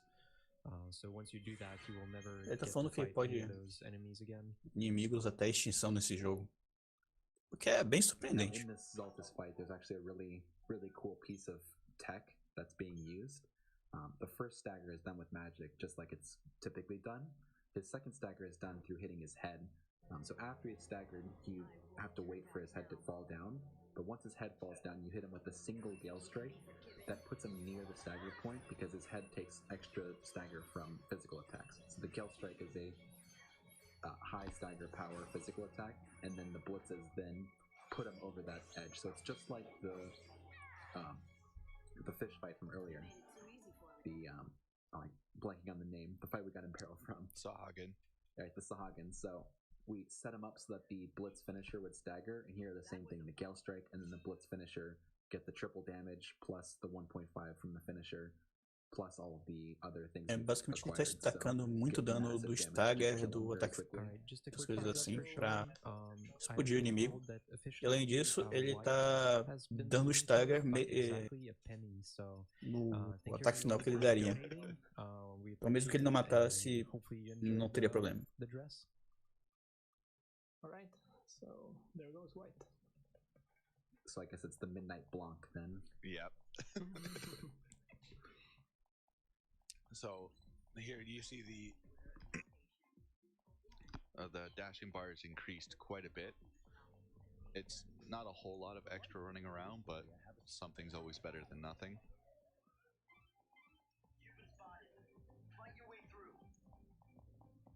So after this section, we're gonna get to the Mughal village, and we're gonna get all the masks, retro Lightning, retro Serra, Lightning and Serra's masks. There's the last rolling incentive with which mask we're gonna make Lightning have during the run. It's pretty funny because the cutscenes also play with your custom palette. So there are actually some really fun cutscenes to watch with the masks, since Lightning do not have expressions at all. Yeah, if you want to see something terrifying, please donate for the retro Lightning mask. It is absolutely terrifying. Shoutouts to terrifying. Yeah, shoutouts to a Japanese runner named Hogsnow, who kind of started the trend. By horrifying, you mean absolutely amazing. Tipo a genocida lá do Restream, né?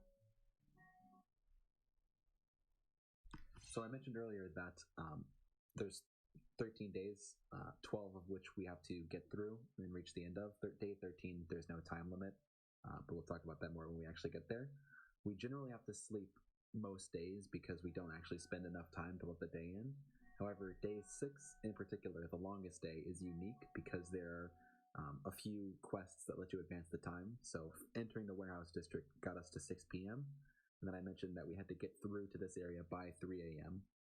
And now when we get to this part of the quest, it automatically advances to 3 a.m. And then getting through the palace plus the next part we do after actually Ele tá falando ali que no dia 6 vai ser um dia que ele não vai dormir e que o tempo vai ser avançado com quests que ele vai fazendo. Exactly the same as the one that we fought. And as you can imagine, having to fight one of them is a big time loss. So, I mean, we can overclock it because we get some EP back. But yeah, it's not highly recommended. Also, a really big walk-in section on the game, so feel free to read donations right now. You got it. We have $100 from XR Tech, who says, shout out to my fellow healthcare workers and all the runners, staff, and viewers making this event possible. Hand washing hype. And there's also $25 from Hot Mess Beyond, saying thank you GDQ for always pulling through in times of need. I'm thankful enough that I can work from home, and I want to do what I can to help wherever needed during this time of crisis. An Anonymous had a $125 donation with kind of a cool idea, saying, to those of us working from home, now's our chance to help all of those having to go in and be on the front lines on our behalf. Let's start a gas money train and donate the amount of money we've saved in gas costs from not having to commute to work. Yeah, so now Shonen is essentially going through the prologue section again. However, this time around, we'll be able to proceed further into the palace. Pouco que tá passando pela sessão do prólogo, só que dessa vez ele vai poder avançar mais do que ele poderia antes. Section and then the second part of the palace. This is also where you can see a lot of chaos around. So this palace is a big hotspot for chaos. Shonen, did you get a soul seed yet? Yeah, this save has a soul seed. Okay. So there's no problem. Entrou na outra sem querer. My God, I didn't see that niblet. Oh, he was waiting for you. Yeah. Ooh. Pera um tempinho, mãe. Right in the corner. Yeah. Thankfully, niblets are, I believe they are weak to fire, right? They go down pretty quickly. if you Yeah. use O fire. inimigo era fraco. Pô, Fire imagina, and magic. morre bem rápido. Não foi uma perda de tempo tão grande. Yeah, it's definitely better than get Scattener. So, shoutouts to Scattener right now behind the door. Well timed. But my punt strats. Catanase can drop the punt ability, which is useful if you couple it with a specific garb called Martial Monk, but we're not going to use that right now. You need a very, very specific setup to make punt or whirlwind kick actually worth it. Yeah. Sadly, in a speedrun sense, it's never worth it. Yeah. All right. So in the next room, there's a specific skip that you can do, which we call the crate skip. So it lets you, it essentially lets you skip a certain section. We're not going to do it today because it's very hard to do at 30 FPS or on console. It's a little bit more forgiving on PC, so you would usually Ele tá falando um pouco sobre uma diferença da rota que teria entre o PC e o console, onde ele poderia fazer um skip numa caixa.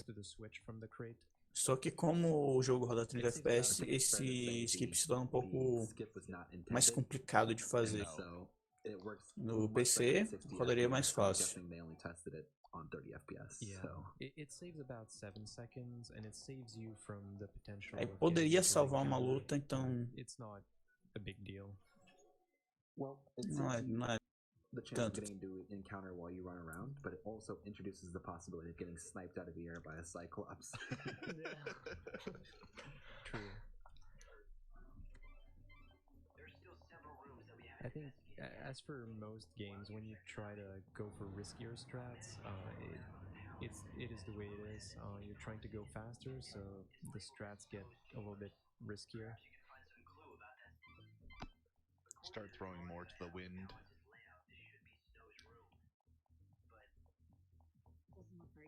So yeah, it will take us a little bit of time to get to the next boss battle. That is going to be snow. So feel free to read more donations if there are any.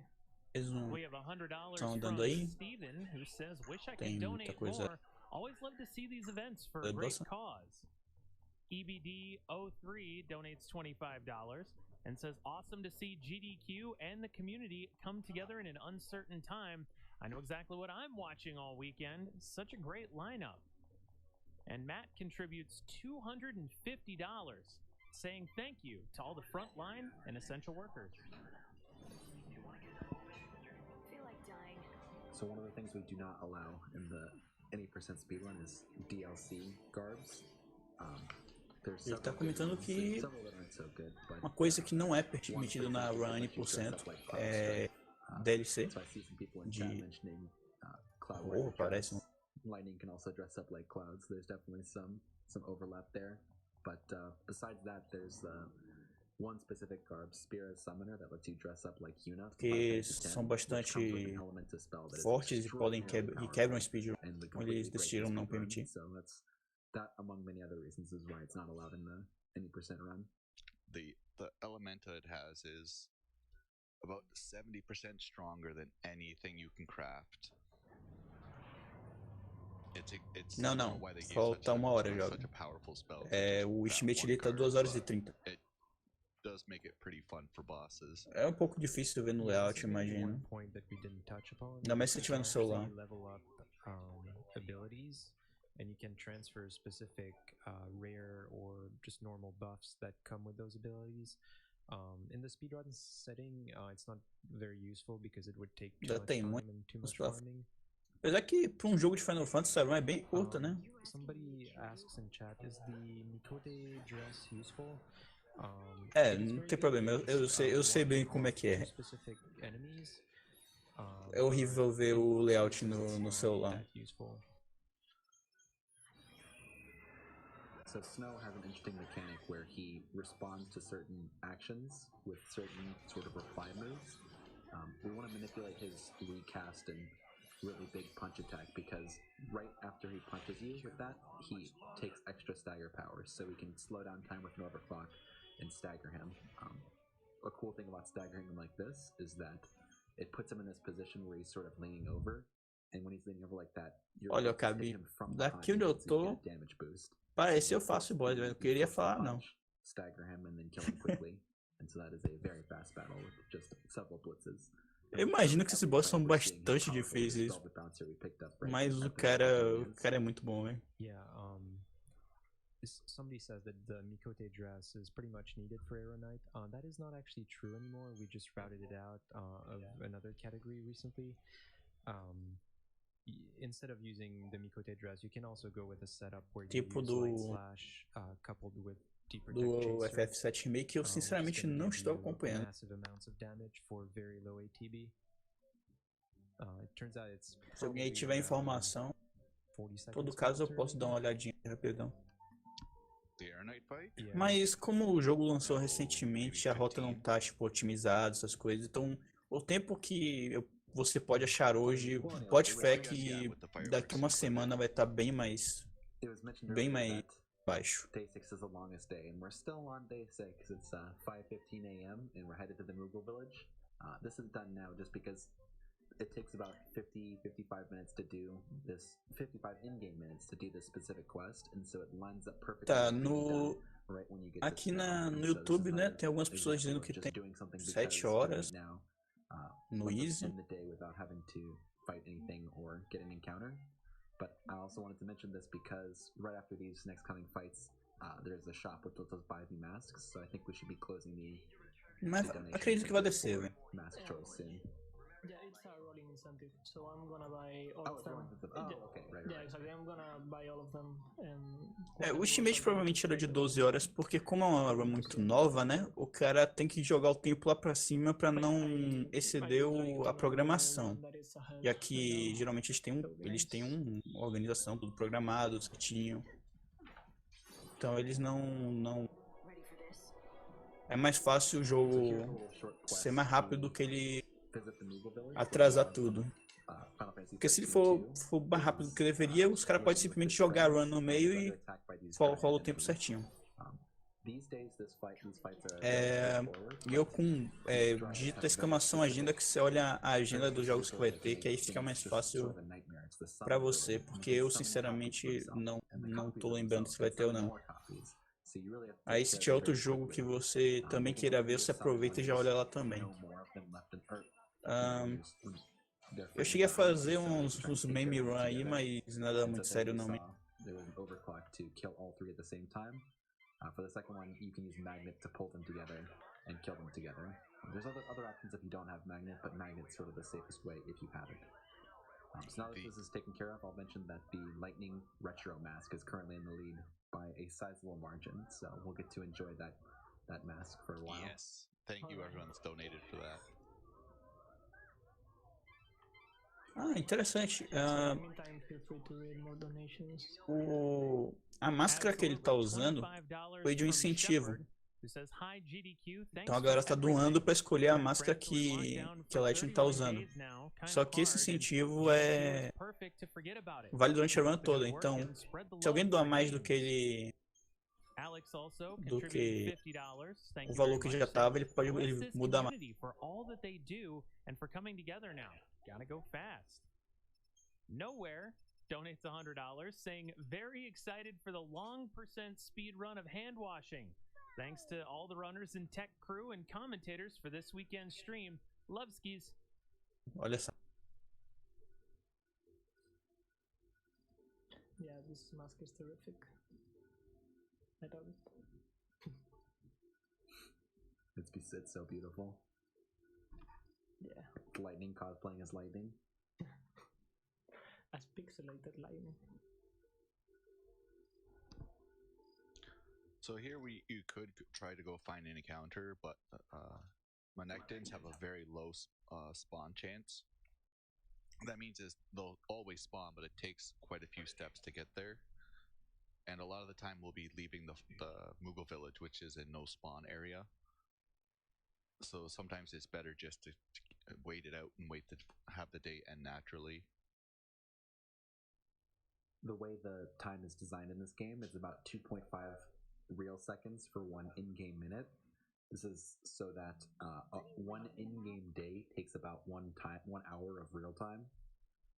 But it takes about 10 seconds to fight and escape an encounter. So their shonen was at about 550, and so we had to wait about 25 seconds for the day to end. It would have taken him a good amount of time to find even one encounter, and then after he found it, it would have been 10 more seconds of just loading time of fighting and escaping. So it turns out it's just faster to wait. Tá, ele poderia fazer o dia acabar pelo tempo ali lutando, só que como ele estava bem próximo de acabar já o dia, ele preferiu só ficar parado. Por isso que ele ficou parado aquele tempo todo ali. Here we're going to see another familiar face. I see Chad mentioning it, Caius. Caius was a big roadblock for a lot of players casually. I had problems with him a lot when I played the game. I'm pretty sure a lot of people did. And then seeing a speedrun and just got infuriated to no end.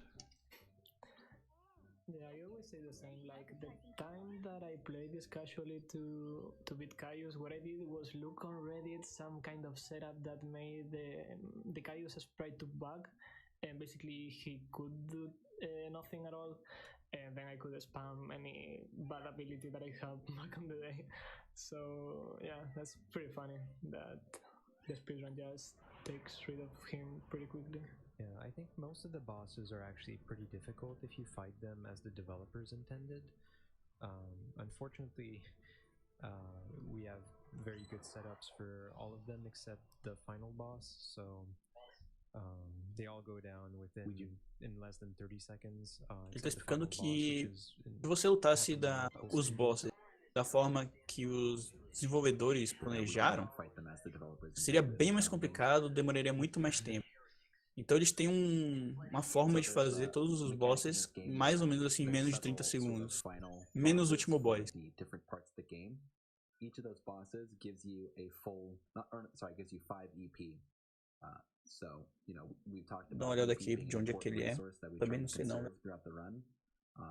But for example, we just fought Snow, and that gave us 5 EP, which gave us enough to teleport and then go fight Dryads.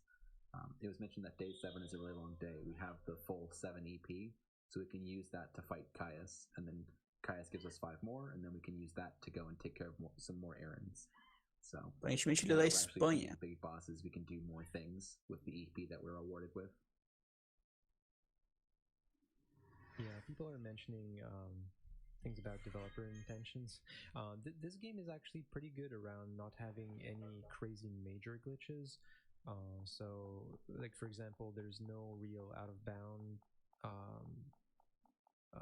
that was found for this game. So, for the most part, there's a couple of minor glitches here and there, but there's nothing like crazy big that completely breaks the game. So, I think the Square did a pretty good job. Tá explicando que o jogo ele não tem muitos glitches grandes, tem um glitch pequeno ou outro ali.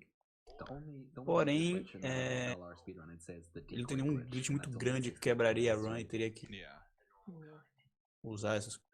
Então, Alright, so here, so we're just gonna quickly go through the Temple of the Goddess.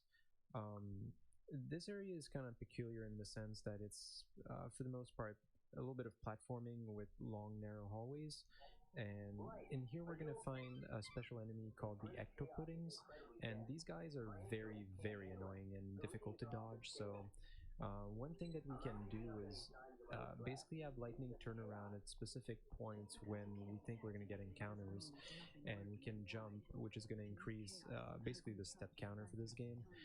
And enemies will spawn in the direction that lightning is facing, so we can make them spawn behind lightning, and then we can continue on without having to fight them. Ele tá explicando ali que na parte um inimigo bem chato e vai ter essa seção de plataforma.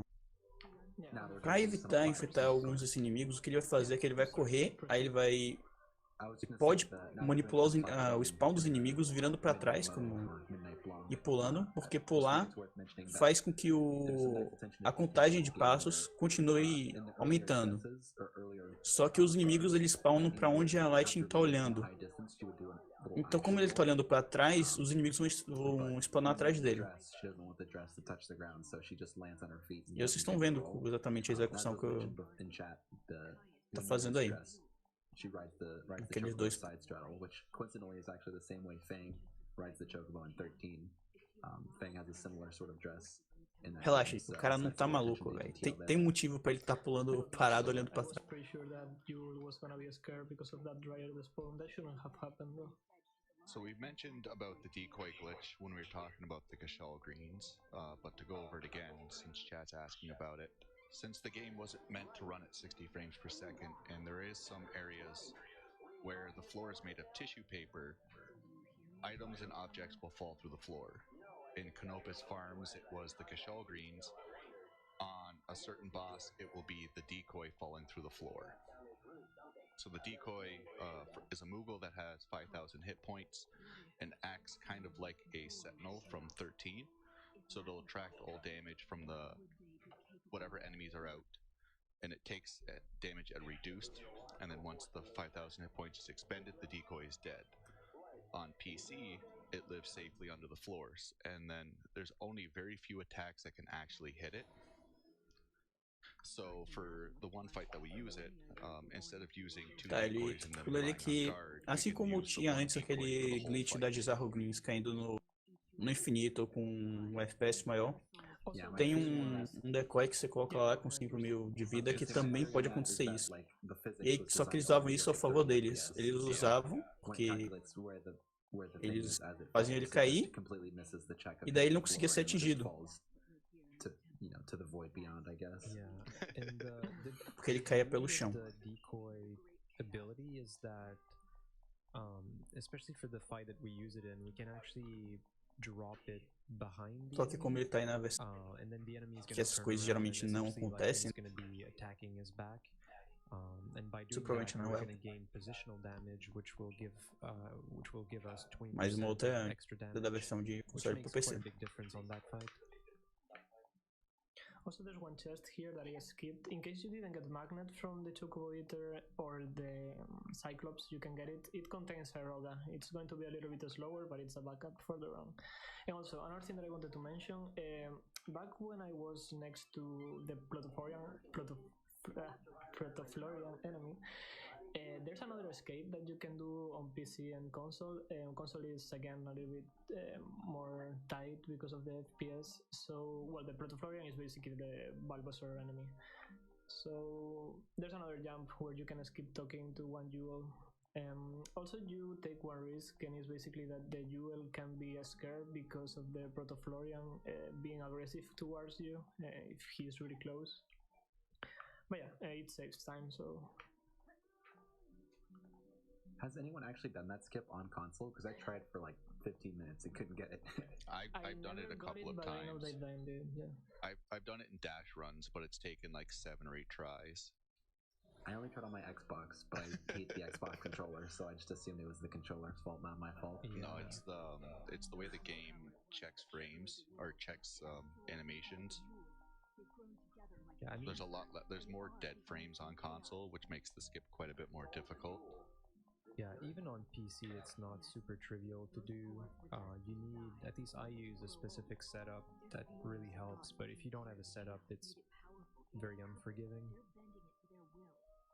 Yeah, and the two setups that we talk about in order to skip those sections, I never got it on console, never.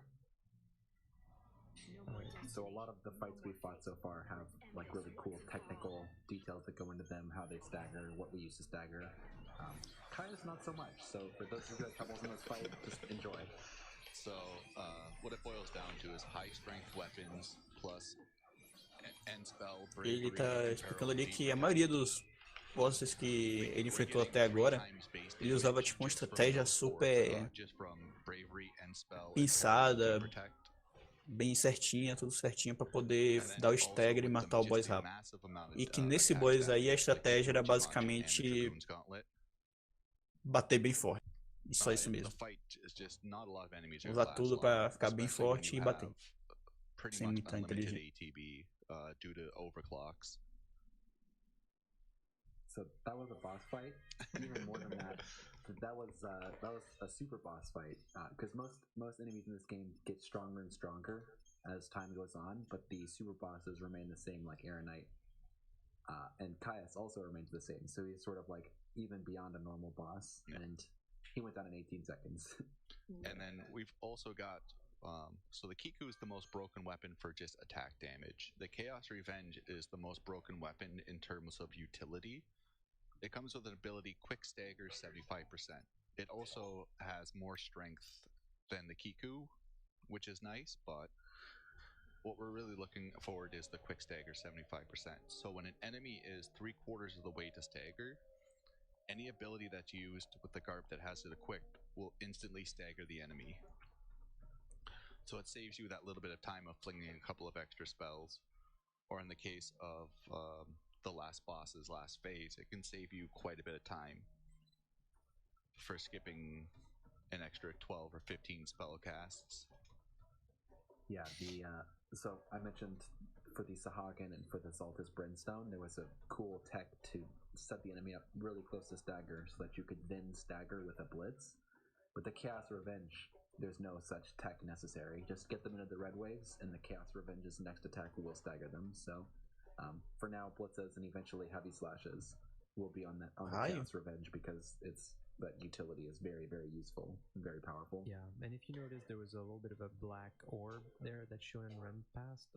This is one of the super bosses called Aeronite. Passou de speed por mim. So also one thing that we didn't talk about is not really important, but I did it at the start of Yusnan and Snow's Palace. So basically when you get one encounter on a screen, normally you don't get another one. Aronite is one of those exceptions.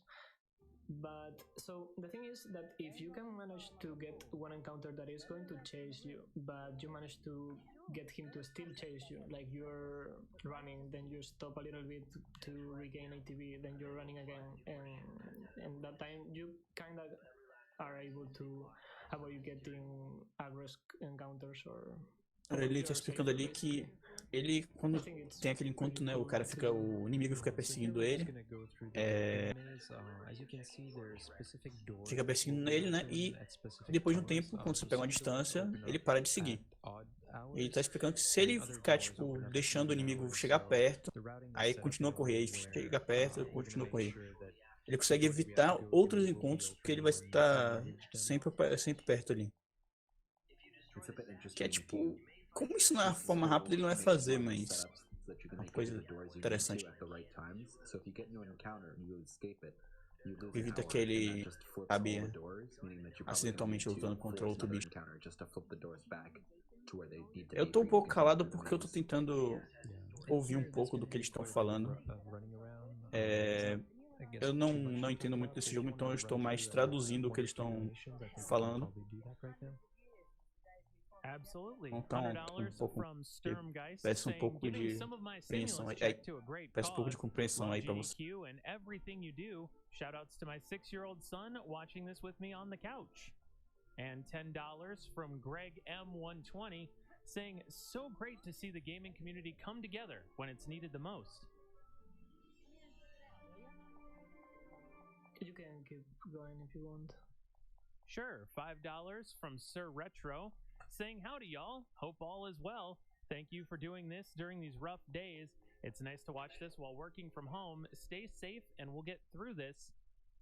And we also have a number of anonymous donations. We have $50 aí from lembrando Anonymous, de casa, né? $5 from Anonymous, $10 from Anonymous, and also the big one, $900 from Anonymous. Wow. No comment. Thanks so much, everyone. All right, so here Shonen ended up inspecting the big door, I guess, as we call it. This is actually needed to progress with the plot. Otherwise, you wouldn't be able to slide down here. The Triggerzinho pra prosseguir a história. Also, here we're gonna... Yeah, go ahead, Ben. Go ahead, Sean.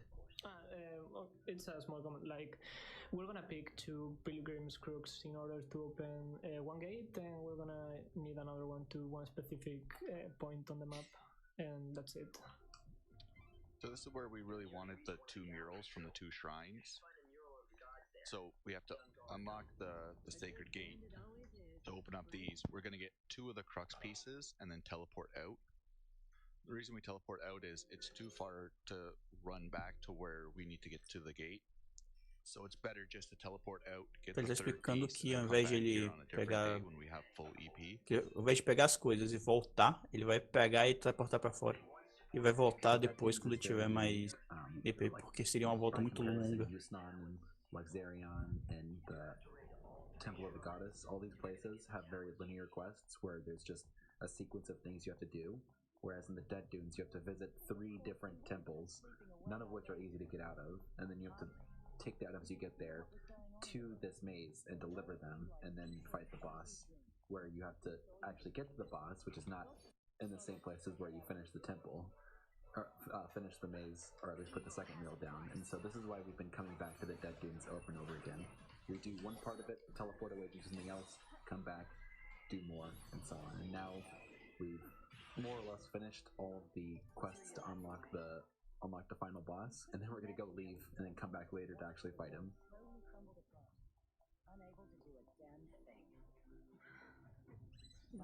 And so, Alright, nice. Also, we're gonna pick this chest here. There's a collector catalog. It's a really important item for the late game. Basically, our buffs are gonna last longer. 50% longer? 25%. 25, okay. I went a little bit overboard. Yeah, it's interesting to know that some potions will last longer than others. So, for example, if you try to use an elemental potion, those last, I believe, 4 minutes by default. Five. So yeah, it's essentially long enough for any battle in this game. It's hilarious that like the elementals last for 5 minutes, but bravery lasts for 30 seconds.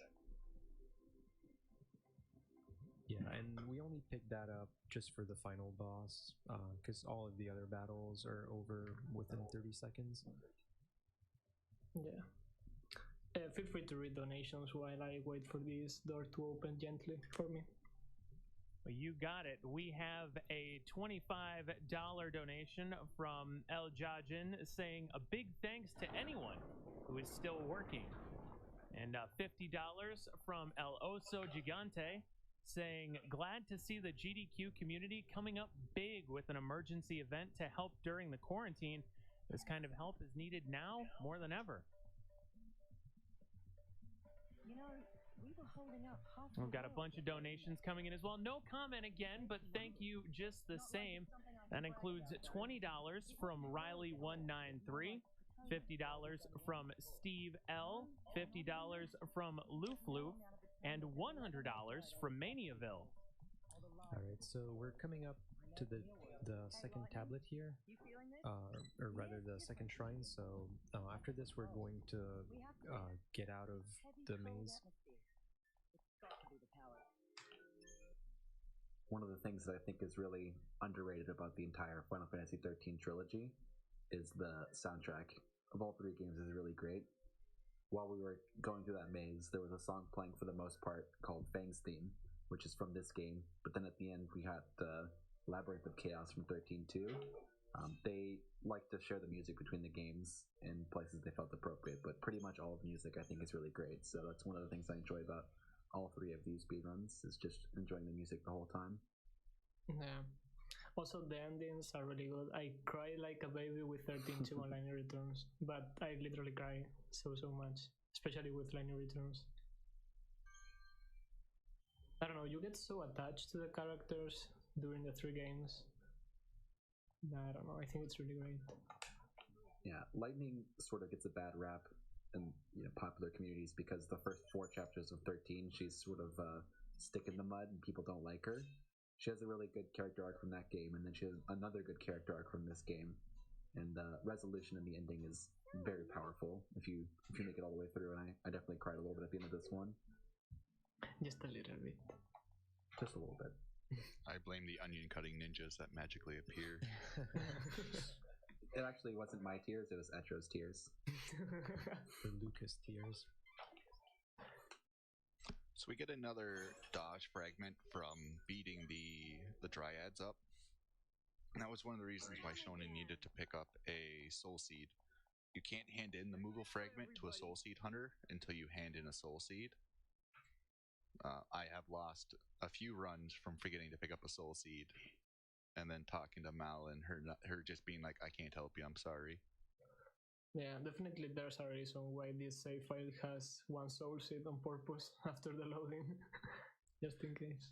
So Shonen picked up the Wyvern Lance, which is pretty much an updated Shadow Hunter. It increases stagger power instead of the 5% up to 16%.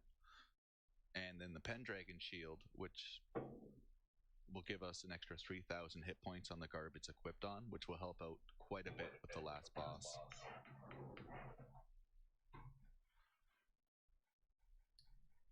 So we save in this route Atmos for last, just because it is one of the longest shrines, or it is the longest shrines out of all three of them. Yeah, and just again, all of these shrines are kind of out of the way, so when we get to the tablets, either we teleport out, or in this case, we don't really have any EP to do that, so as you can see, it's past 5 a.m., so we're just gonna end the day. Until you need to return to the Ark. It's not necessarily the longest shrine, but it's both out of the way, and the Cactuar Stone outside doesn't help you get anywhere else, so it's kind of just out on its own. Has to be handled separately from everything else. Alright, so the last iPad. Yeah, these tablets are, you know, they're tablets, and so we joke that they're iPads that we have to pick up to put in the murals. Right. Good to go. I'm surprised that those skeletons took a while to load. Wow. I think when they're loading like that, they're enemies. Really? Wow. Every time I've seen the icon on console, they've always been enemy statues instead of breakable statues. Oh, I blame that on Rooster. I think the statues immediately in the doorway after the first one can't be enemies, if I understand correctly. Dry Floodlands, I think it can be. I think it depends on the day and the shrine. It's and how the moon aligns. Whether Mars is in the third house. Yes. Whether the porridge was just right. Yeah. Someone in chat mentioned this looks like an awfully uncomfortable dress to save the world in. The thing that scares me the most is imagine sliding through the sand in those shoes. High heels. It's in the heels. Yeah. That's what our savior powers. Impervious to sand in the shoes.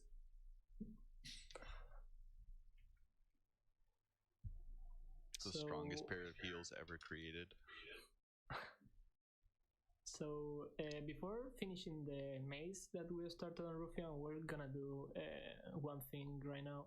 You can switch in between them. The thing is that doing this right now, we get the help from Fang, which is pretty nice. Also, we got Magnet, so we're gonna see the fastest fight possible. Yeah, so the... Oh, sorry, go ahead, King. Go ahead. So Cactuar, or Cactuar, has a very interesting mechanic where if the game calls an 8 damage threshold, Vocês estão me ouvindo agora? and if you deal damage under the threshold, you will always deal 1 damage. Cactuar's damage threshold is 65,535, which is a boatload, but he also takes 10% damage from everything. Magnet really comes into play because it's 4 hits for 15 ATB, and it has no finisher. If we were to grab tava baixando já o coisa. From Se ele deixar baixado. Temple, it's 10 hits for 40 ATB, and it also includes a backflip, so you lose a lot of the time with just having to cancel the backflipping animation. Bom, eu expliquei algumas coisas, mas pra trás. I haven't seen anything shown in. Alright, thanks. Yeah, I think Lightning Retro Mask has a pretty sizable lead. Alright. So he'll take 10% from everything, but if you hit him with any ice-based abilities, it'll heal him for full damage. So Cactuar right now has 180 hit points. One Blizzara will bring him right back. Esse Cactuar tem 180 de vida, cada hit dá 1. Só que aparentemente se você der uma magia de gelo nele, ele vai se curar full, então melhor não fazer isso. No caso, ele deu 180 ataques nele. 180 hits. Yeah, Yeah, so the alternative strat is to use Aeroga, and if you're lucky enough that you have Aerora, then you can also use that combined with Aeroga. So, but it makes the fight kind of annoying. So using Magnet is definitely the way to go. Just going back to the story for a second, we've been trying to take care of these different quests. The game is very non-linear in that you can go around and do whatever you want to do. But after each day, as you're traveling to and from the arc, you get a cutscene which sort of advances the overall plot. Typically, you have an interaction with a character called Lumina, who we haven't actually seen in the world at all. She's just been in cutscenes, but the story has been advancing as time goes on, and that's been happening in parallel with the non-linear aspects of the story. And as time goes on, we're starting to gain suspicion that this Godfellow that we're doing these missions for might not be. Tá explicando um pouco que a parte linear da história progride em paralelo com a parte não linear, que no caso é o passar desses dias onde tem aí que conversa com os inimigos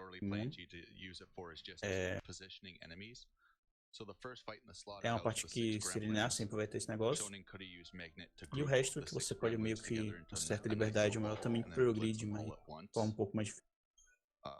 The issue with that is sometimes one of the gremlins will just walk away and won't get caught in the radius of the spell. So that's the main purpose for Magnet. It just happens to work out nicely in a new game setting where it works really good for that for Cactair as well.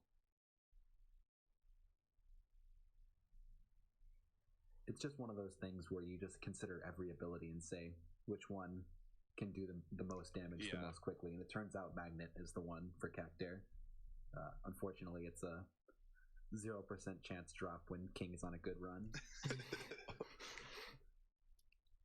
Thanks, Rooster. just add some salt. Hey, your PB has it. You should be happy. That just means your PB is on a good run, right? We can probably take one or two donations here. Oh, yeah. Sure thing. We have $25 from Tinhas ali entre os comentaristas, falando que cara sempre tem azar nas zonas boas, por isso que o PB dele não tá otimizado ainda e tal. Aí só trocando um pouco de uma rivalidadezinha saudável. Alright, so we're just picking up the final tablet, or rather visiting the final mural, and that's going to open up the door to the next boss, which is going to be Perandus, also known as Panda in the community. I called him Panda on accident because Final Fantasy XII has a wind weak enemy called Pandemonium, and so I just couldn't remember the name Perandus and just said Panda, and haven't lived it down since. So Perandus is one of the reasons why we bought an arrow potion from. Ele tá explicando que ele comprou uma poção de vento ali para poder enfrentar esse boss, porque esse boy toma mais dano de vento.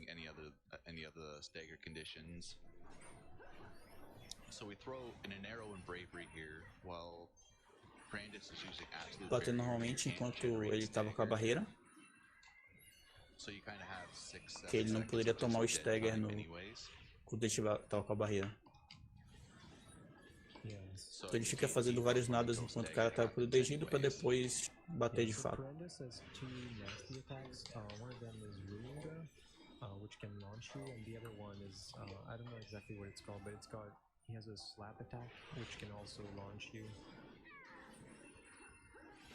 I love this setup, Shonen, where ruining the second blast. E essa foi uma luta ali, vocês puderam ver que foi bem mais complicada que as outras, né? Durou 39.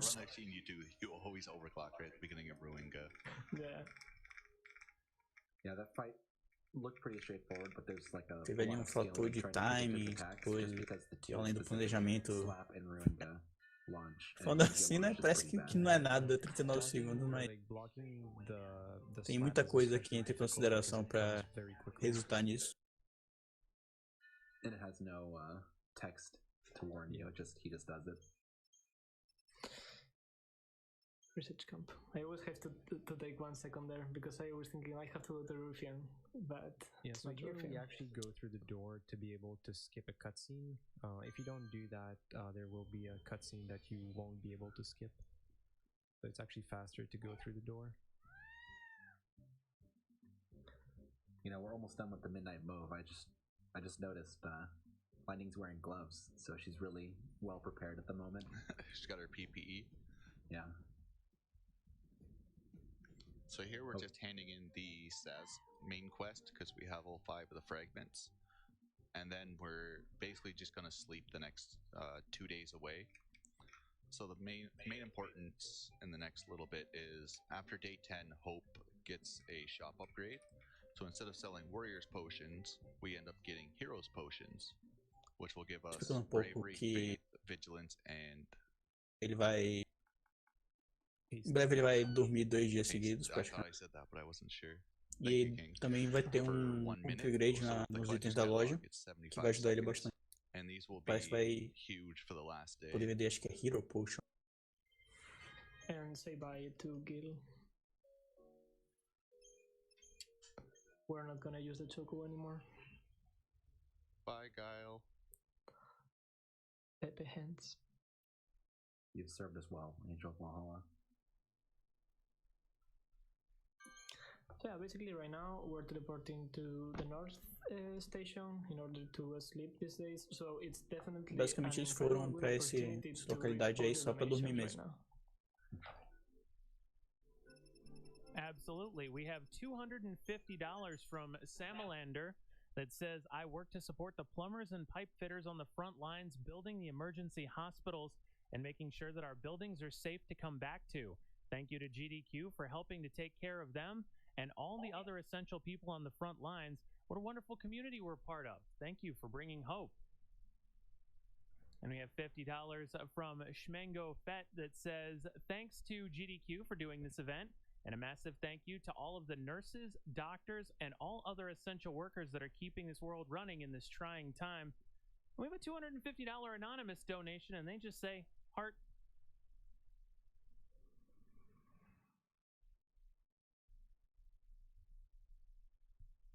Yeah, we're really grateful for all the donations, and as they say in this trilogy, it's up to us to keep hope alive. Are you doing okay?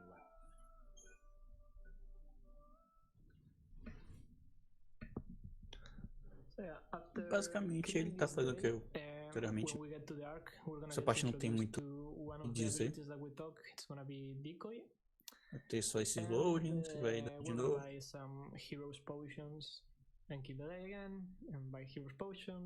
Tá mais só se preparando. Pretty fun and interactive. Basically, the main quests that we work through, each one unlocks a new day, and the goal to reach the end game is to have all of these days unlocked. If you reach the end of the time limit before unlocking all these days, then the world just ends and you fail your missions. So we had to complete all these quests, and now we have done so, but we did it in 11 days. Basicamente seriam 13 dias para cumprir as missões. Só que como já terminaram a coincidência meio grande, 2 dias, ele só vai dormir mesmo para poder ir logo pro final. And so there's a few other alternatives, but each one takes a few seconds longer, so we just came here to sleep. Yeah, also on the menu when you teleport, the first input is Luxay or not. Yeah. Ruffian's also pretty close, but it takes a little longer to load. Lux South, the running is a little bit further, and so on.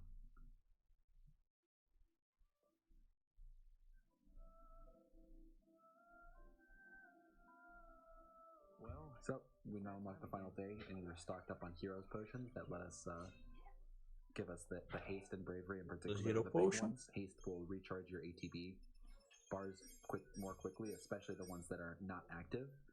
Vigilance is also nice for a few spots, but E a parte interessante dessa poção bravery that we want these potions para for. O haste e a bravery que ele there's only a few fights left.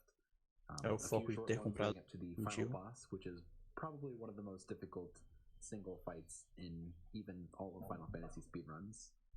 Maybe not the hardest, but it's definitely up there. Yeah, and it's important to note that Shonen is buying the Heroes potions before getting to the final day, just because we want to start with a full EP gauge, or essentially with all of our EP points on the final E day, ele because we want to get to dia the final específico boss que with all pro of our último EPs. dia ele vai querer ter todos os EPs. Yeah, we need all the help we can get on this guy because he's tough. It's interesting because it's pretty much the only fight that is done in multiple phases, and you have no way to refill your EP. I mean, there are certain items that you can get in the game that allows you to do that, like ethers or even the elixir, but we can't really get them quick enough in the context of any percent. O último boss, né, ele vai fazer tipo várias fases Also, sem if poder you wanna keep parar, going with donations, então ele não vai there's gonna poder be restaurar a os place EPs. to go. Teria como restaurar com alguns itens, We have a mas bunch seria um of desvio muito grande. $100 donations that came in. We have Então eles fazem dessa $100 forma. from Tina, and then the Anonymous, 3 of them, Anonymous, and Anonymous, all with $100, all with no comment. Wow, this Anonymous is killing the day today. Definitely the MVP. There's $50 from Ori saying, hope everyone is staying safe when they can. Please remember to help others as you can, and we're all in this together. And $5 from Shy107 saying, thank you runners and staff for putting something on while in self-isolation. Stay safe, everyone. Alright, so I guess now would probably be a good time to start touching on some of the battles that we're going to fight during the final day. So the first fight that we're going to go into is the fight against a couple of super guards. One thing that's kind of neat about this fight is Shonen is going to do what we call the reinforcement skip. So when the battle starts, one of the guards is going to use the reinforcement command to call for help.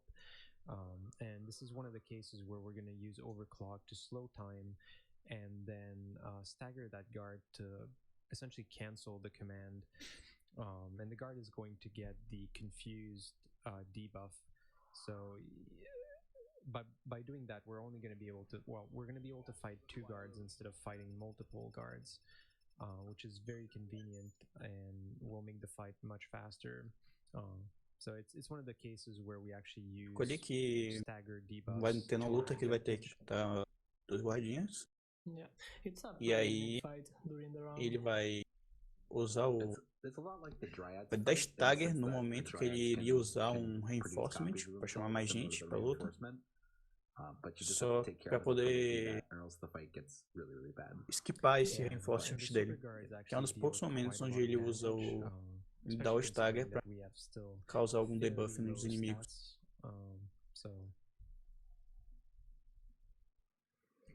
As someone's mentioning in chat, Lightning Returns does have a quote-unquote 100% run. It's called New Game Plus Dash. Dash stands for Disaster, All Side Quests, and Heroic Guard. So it's done over 2 playthroughs, one on normal, one on hard. We fight Aeronite and Erishkigal. We do the Ultimate Lair. We do all side quests. And even with doing 61 side quests, all the main quests, and fighting both super bosses, we still end up sleeping 2 days at the end. So the time, like when you're first playing it casually, Essa mecânica que tem nesse jogo, onde você vai batendo no inimigo e enchendo a barra. E aí quando ela enche, o inimigo fica nado e você dá mais dano nele. Which kind of sucks, but you keep all your stats and abilities, which is nice. So you can just slowly keep like just making a little more. Inclusive essa mecânica tem também no Final Fantasy VII Remake. So until now we've been loaded out foi lançado agora. Bouncer for physical damage and the Midnight Mauve, mostly because it was necessary for the plot. Então geralmente o que você faz é você foca em encher essa barra para poder o cara tomar mais dano e você usa os seus ataques mais fortes quando ela tá cheia. Se você não tiver usado antes para encher a barra. Mist Wizard. These upgrades are actually pretty awesome. In particular, the Dark Muse gets a very, very strong heavy slash ability, which we're going to see a lot more. It's basically replaced our Blitz, but Heavy Slash does a lot of damage, and it also comes with stagger power. So you can stagger things just by hitting them with Heavy Slash alone.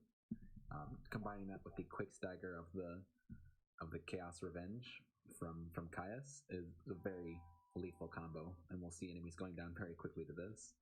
Other than that, there's also the Equilibrium, which we put our second best weapon, the Kiku Ichimoji, on. That's going to give us a little bit of extra damage, but really the bulk of the damage is going to be coming from Dark Muse Plus. Also, during the run you can get Heavy Slash drops that you can equip on the Dark Muse in order to get extra damage. Sadly, I didn't get any, so my Dark Muse is a little bit E aí tem o inimigo que eu falei, do Reinforcement. Ele diminuiu. Ele dá uma desacelerada no tempo, né? Pra poder fazer o stagger certinho. Enquanto ele tá lá tentando fazer o Reinforcement. E aí, ao invés de matar 5 inimigos, ele mata só esses 2. Bem mais simples. Não é rápido. Yeah. Yeah. I have that buffed. And that's equipped on Dark Muse Plus, I see. Yeah. I thought you said that I got a drop of Gale Strike. No. Alright. Yeah, you're right. So yeah, that's a little bit extra damage that helps indeed. Só mais 3 lutas faltando. Only 3 fights left. Those 3 fights sort of come pretty quickly together. For now, we just have to finish running through this. Então tá bem perto do fim já, galera. You got it. We have $25 from Sophie113 saying, I'm staying indoors, my head clean shaven, the walls painted, whipped coffee made. I'm saving lives and watching games done quick. Living the dream. And also a $5 anonymous donation saying, nice to see GDQ helping out in any way they can. Stay safe, everyone. If we got to watch the cutscenes here, it's sort of a greatest hits of everyone we've been helping out so far. Noel comes and helps us. A little bit Fang will show up. We got to see Vanille. We're actually going to save Vanille right now. And so it's sort of like getting everyone's help that we've been helping out so far on the final day. Yeah, also one quick thing to mention is that if someone is really into glitches, if for some reason we could manage to go through the first floor on this section, we would end up right straight to the final boss. So that would be a really good escape if someone is interested in doing some science. Ele tá explicando que caso alguém queira tentar descobrir uns novos vídeos para esse jogo, teoricamente, se ele conseguir atravessar o chão, ele conseguiria ir direto pro boy. Então, se alguém tiver vontade de explorar isso, é algo que seria possível. E como já tem precedentes para o chão ser atravessado, não é algo assim, tipo, muito fora de realidade pensar que seria possível.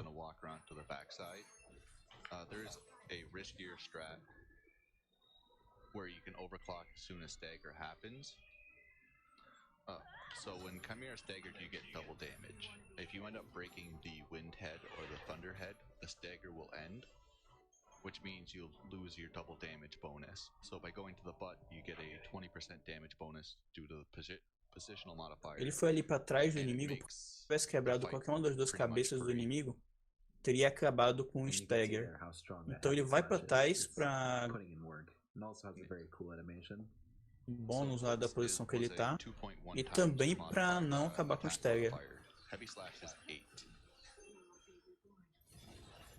So it is a very nice damage increase. Yeah, even if you're losing that 10% from Velvet Bouncer, it's still much better. You'll also notice that every time lightning does a heavy slash, the camera sort of gets hijacked by the move and you get like a cool zoom in for the animation.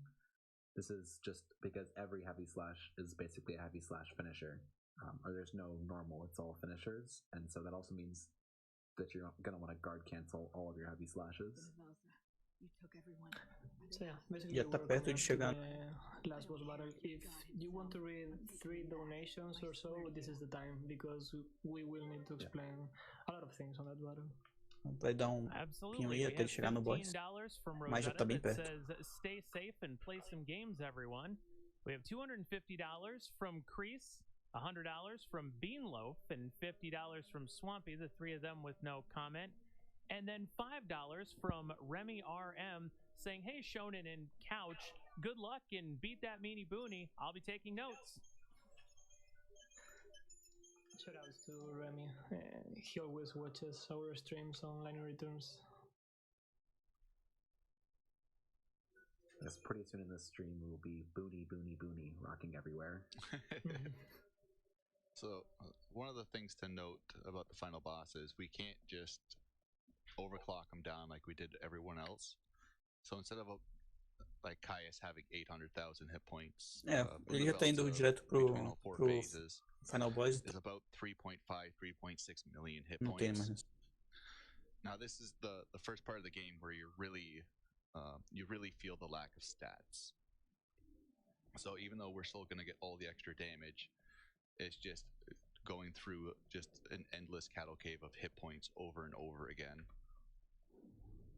where it's not uncommon for runners or people learning this game to spend as much time practicing this fight than the run itself. Bem complicada. Então não é incomum os runners praticarem mais essa parte, essa luta final do que o resto do jogo inteiro. Então bora ver se ele vai conseguir executar certinho. The theme of that phase is going to use Doom on Lightning. So Doom is going to take the place of one buff. So we have to manage our buffs pretty carefully there. So we just have to basically finish that phase as quickly as we can. So Lightning or enemies can have a maximum of 5 buffs or debuffs. So if we were to throw a Hero's Potion instead of the Bravery, we would have lost Bravery because Doom taking up that slot like King was mentioning. Tá falando do limite de buffs e debuffs. Ele não usou o Hero porque é do limite. Each phase has its own kind of stagger condition. The first one will give you unprotected, which Tem um limite só de 5 buffs e debuffs. Então se ele tivesse usado ali como tal com debuff, não teria sido tão efetivo. Just want to give a quick shout out the song playing now, Divine Love, is definitely a top tier Final Fantasy track. It's a really great song, so appreciate that. So here Shonen does attack decoy. Now since Lightning's so close to Bunavelza, the decoy falls on the other side of Booney, which means that the decoy is going to take all the damage and Lightning has no risk of taking spell damage. Alright, this is going to be a scary now. Yeah, so we have to watch out for this attack, Wings of Destruction.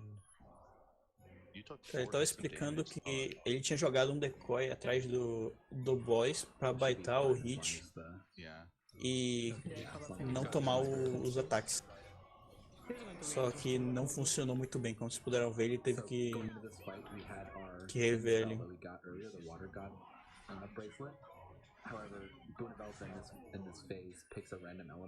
E a ideia que ele fez foi chegar bem perto do boss, para poder, quando ele jogasse o decoy fosse para trás do boss.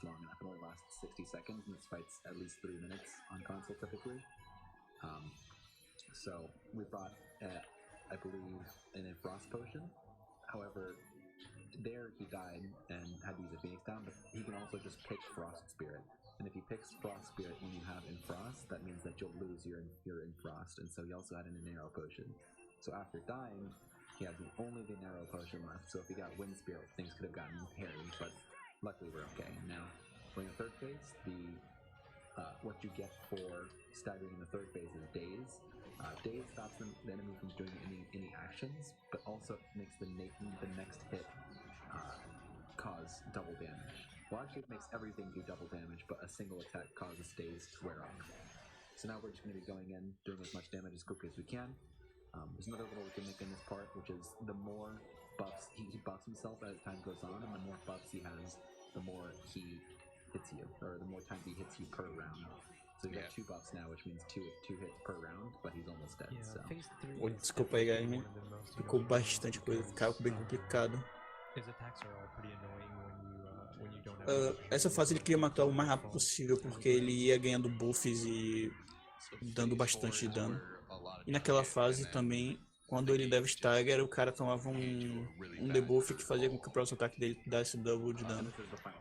O que ajudava ele a matar o monstro o mais rápido possível, mas era apenas o próximo ataque.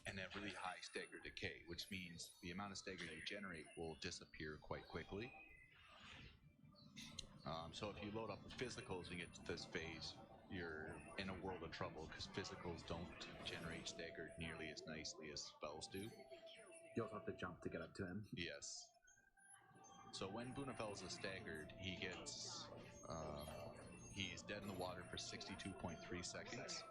He also ele deu mágica ali pra poder tirar o stagger mais rápido. Physical and magical. Além disso, quando ele toma um stagger, ele fica bastante tempo, parece que foi, acho que foi 60 segundos já, e toma bastante dano de ataques físicos. Então o que ele fez foi jogar magia para poder dar o stagger e depois bater com ataque físico até matar. E é isso aí. GG.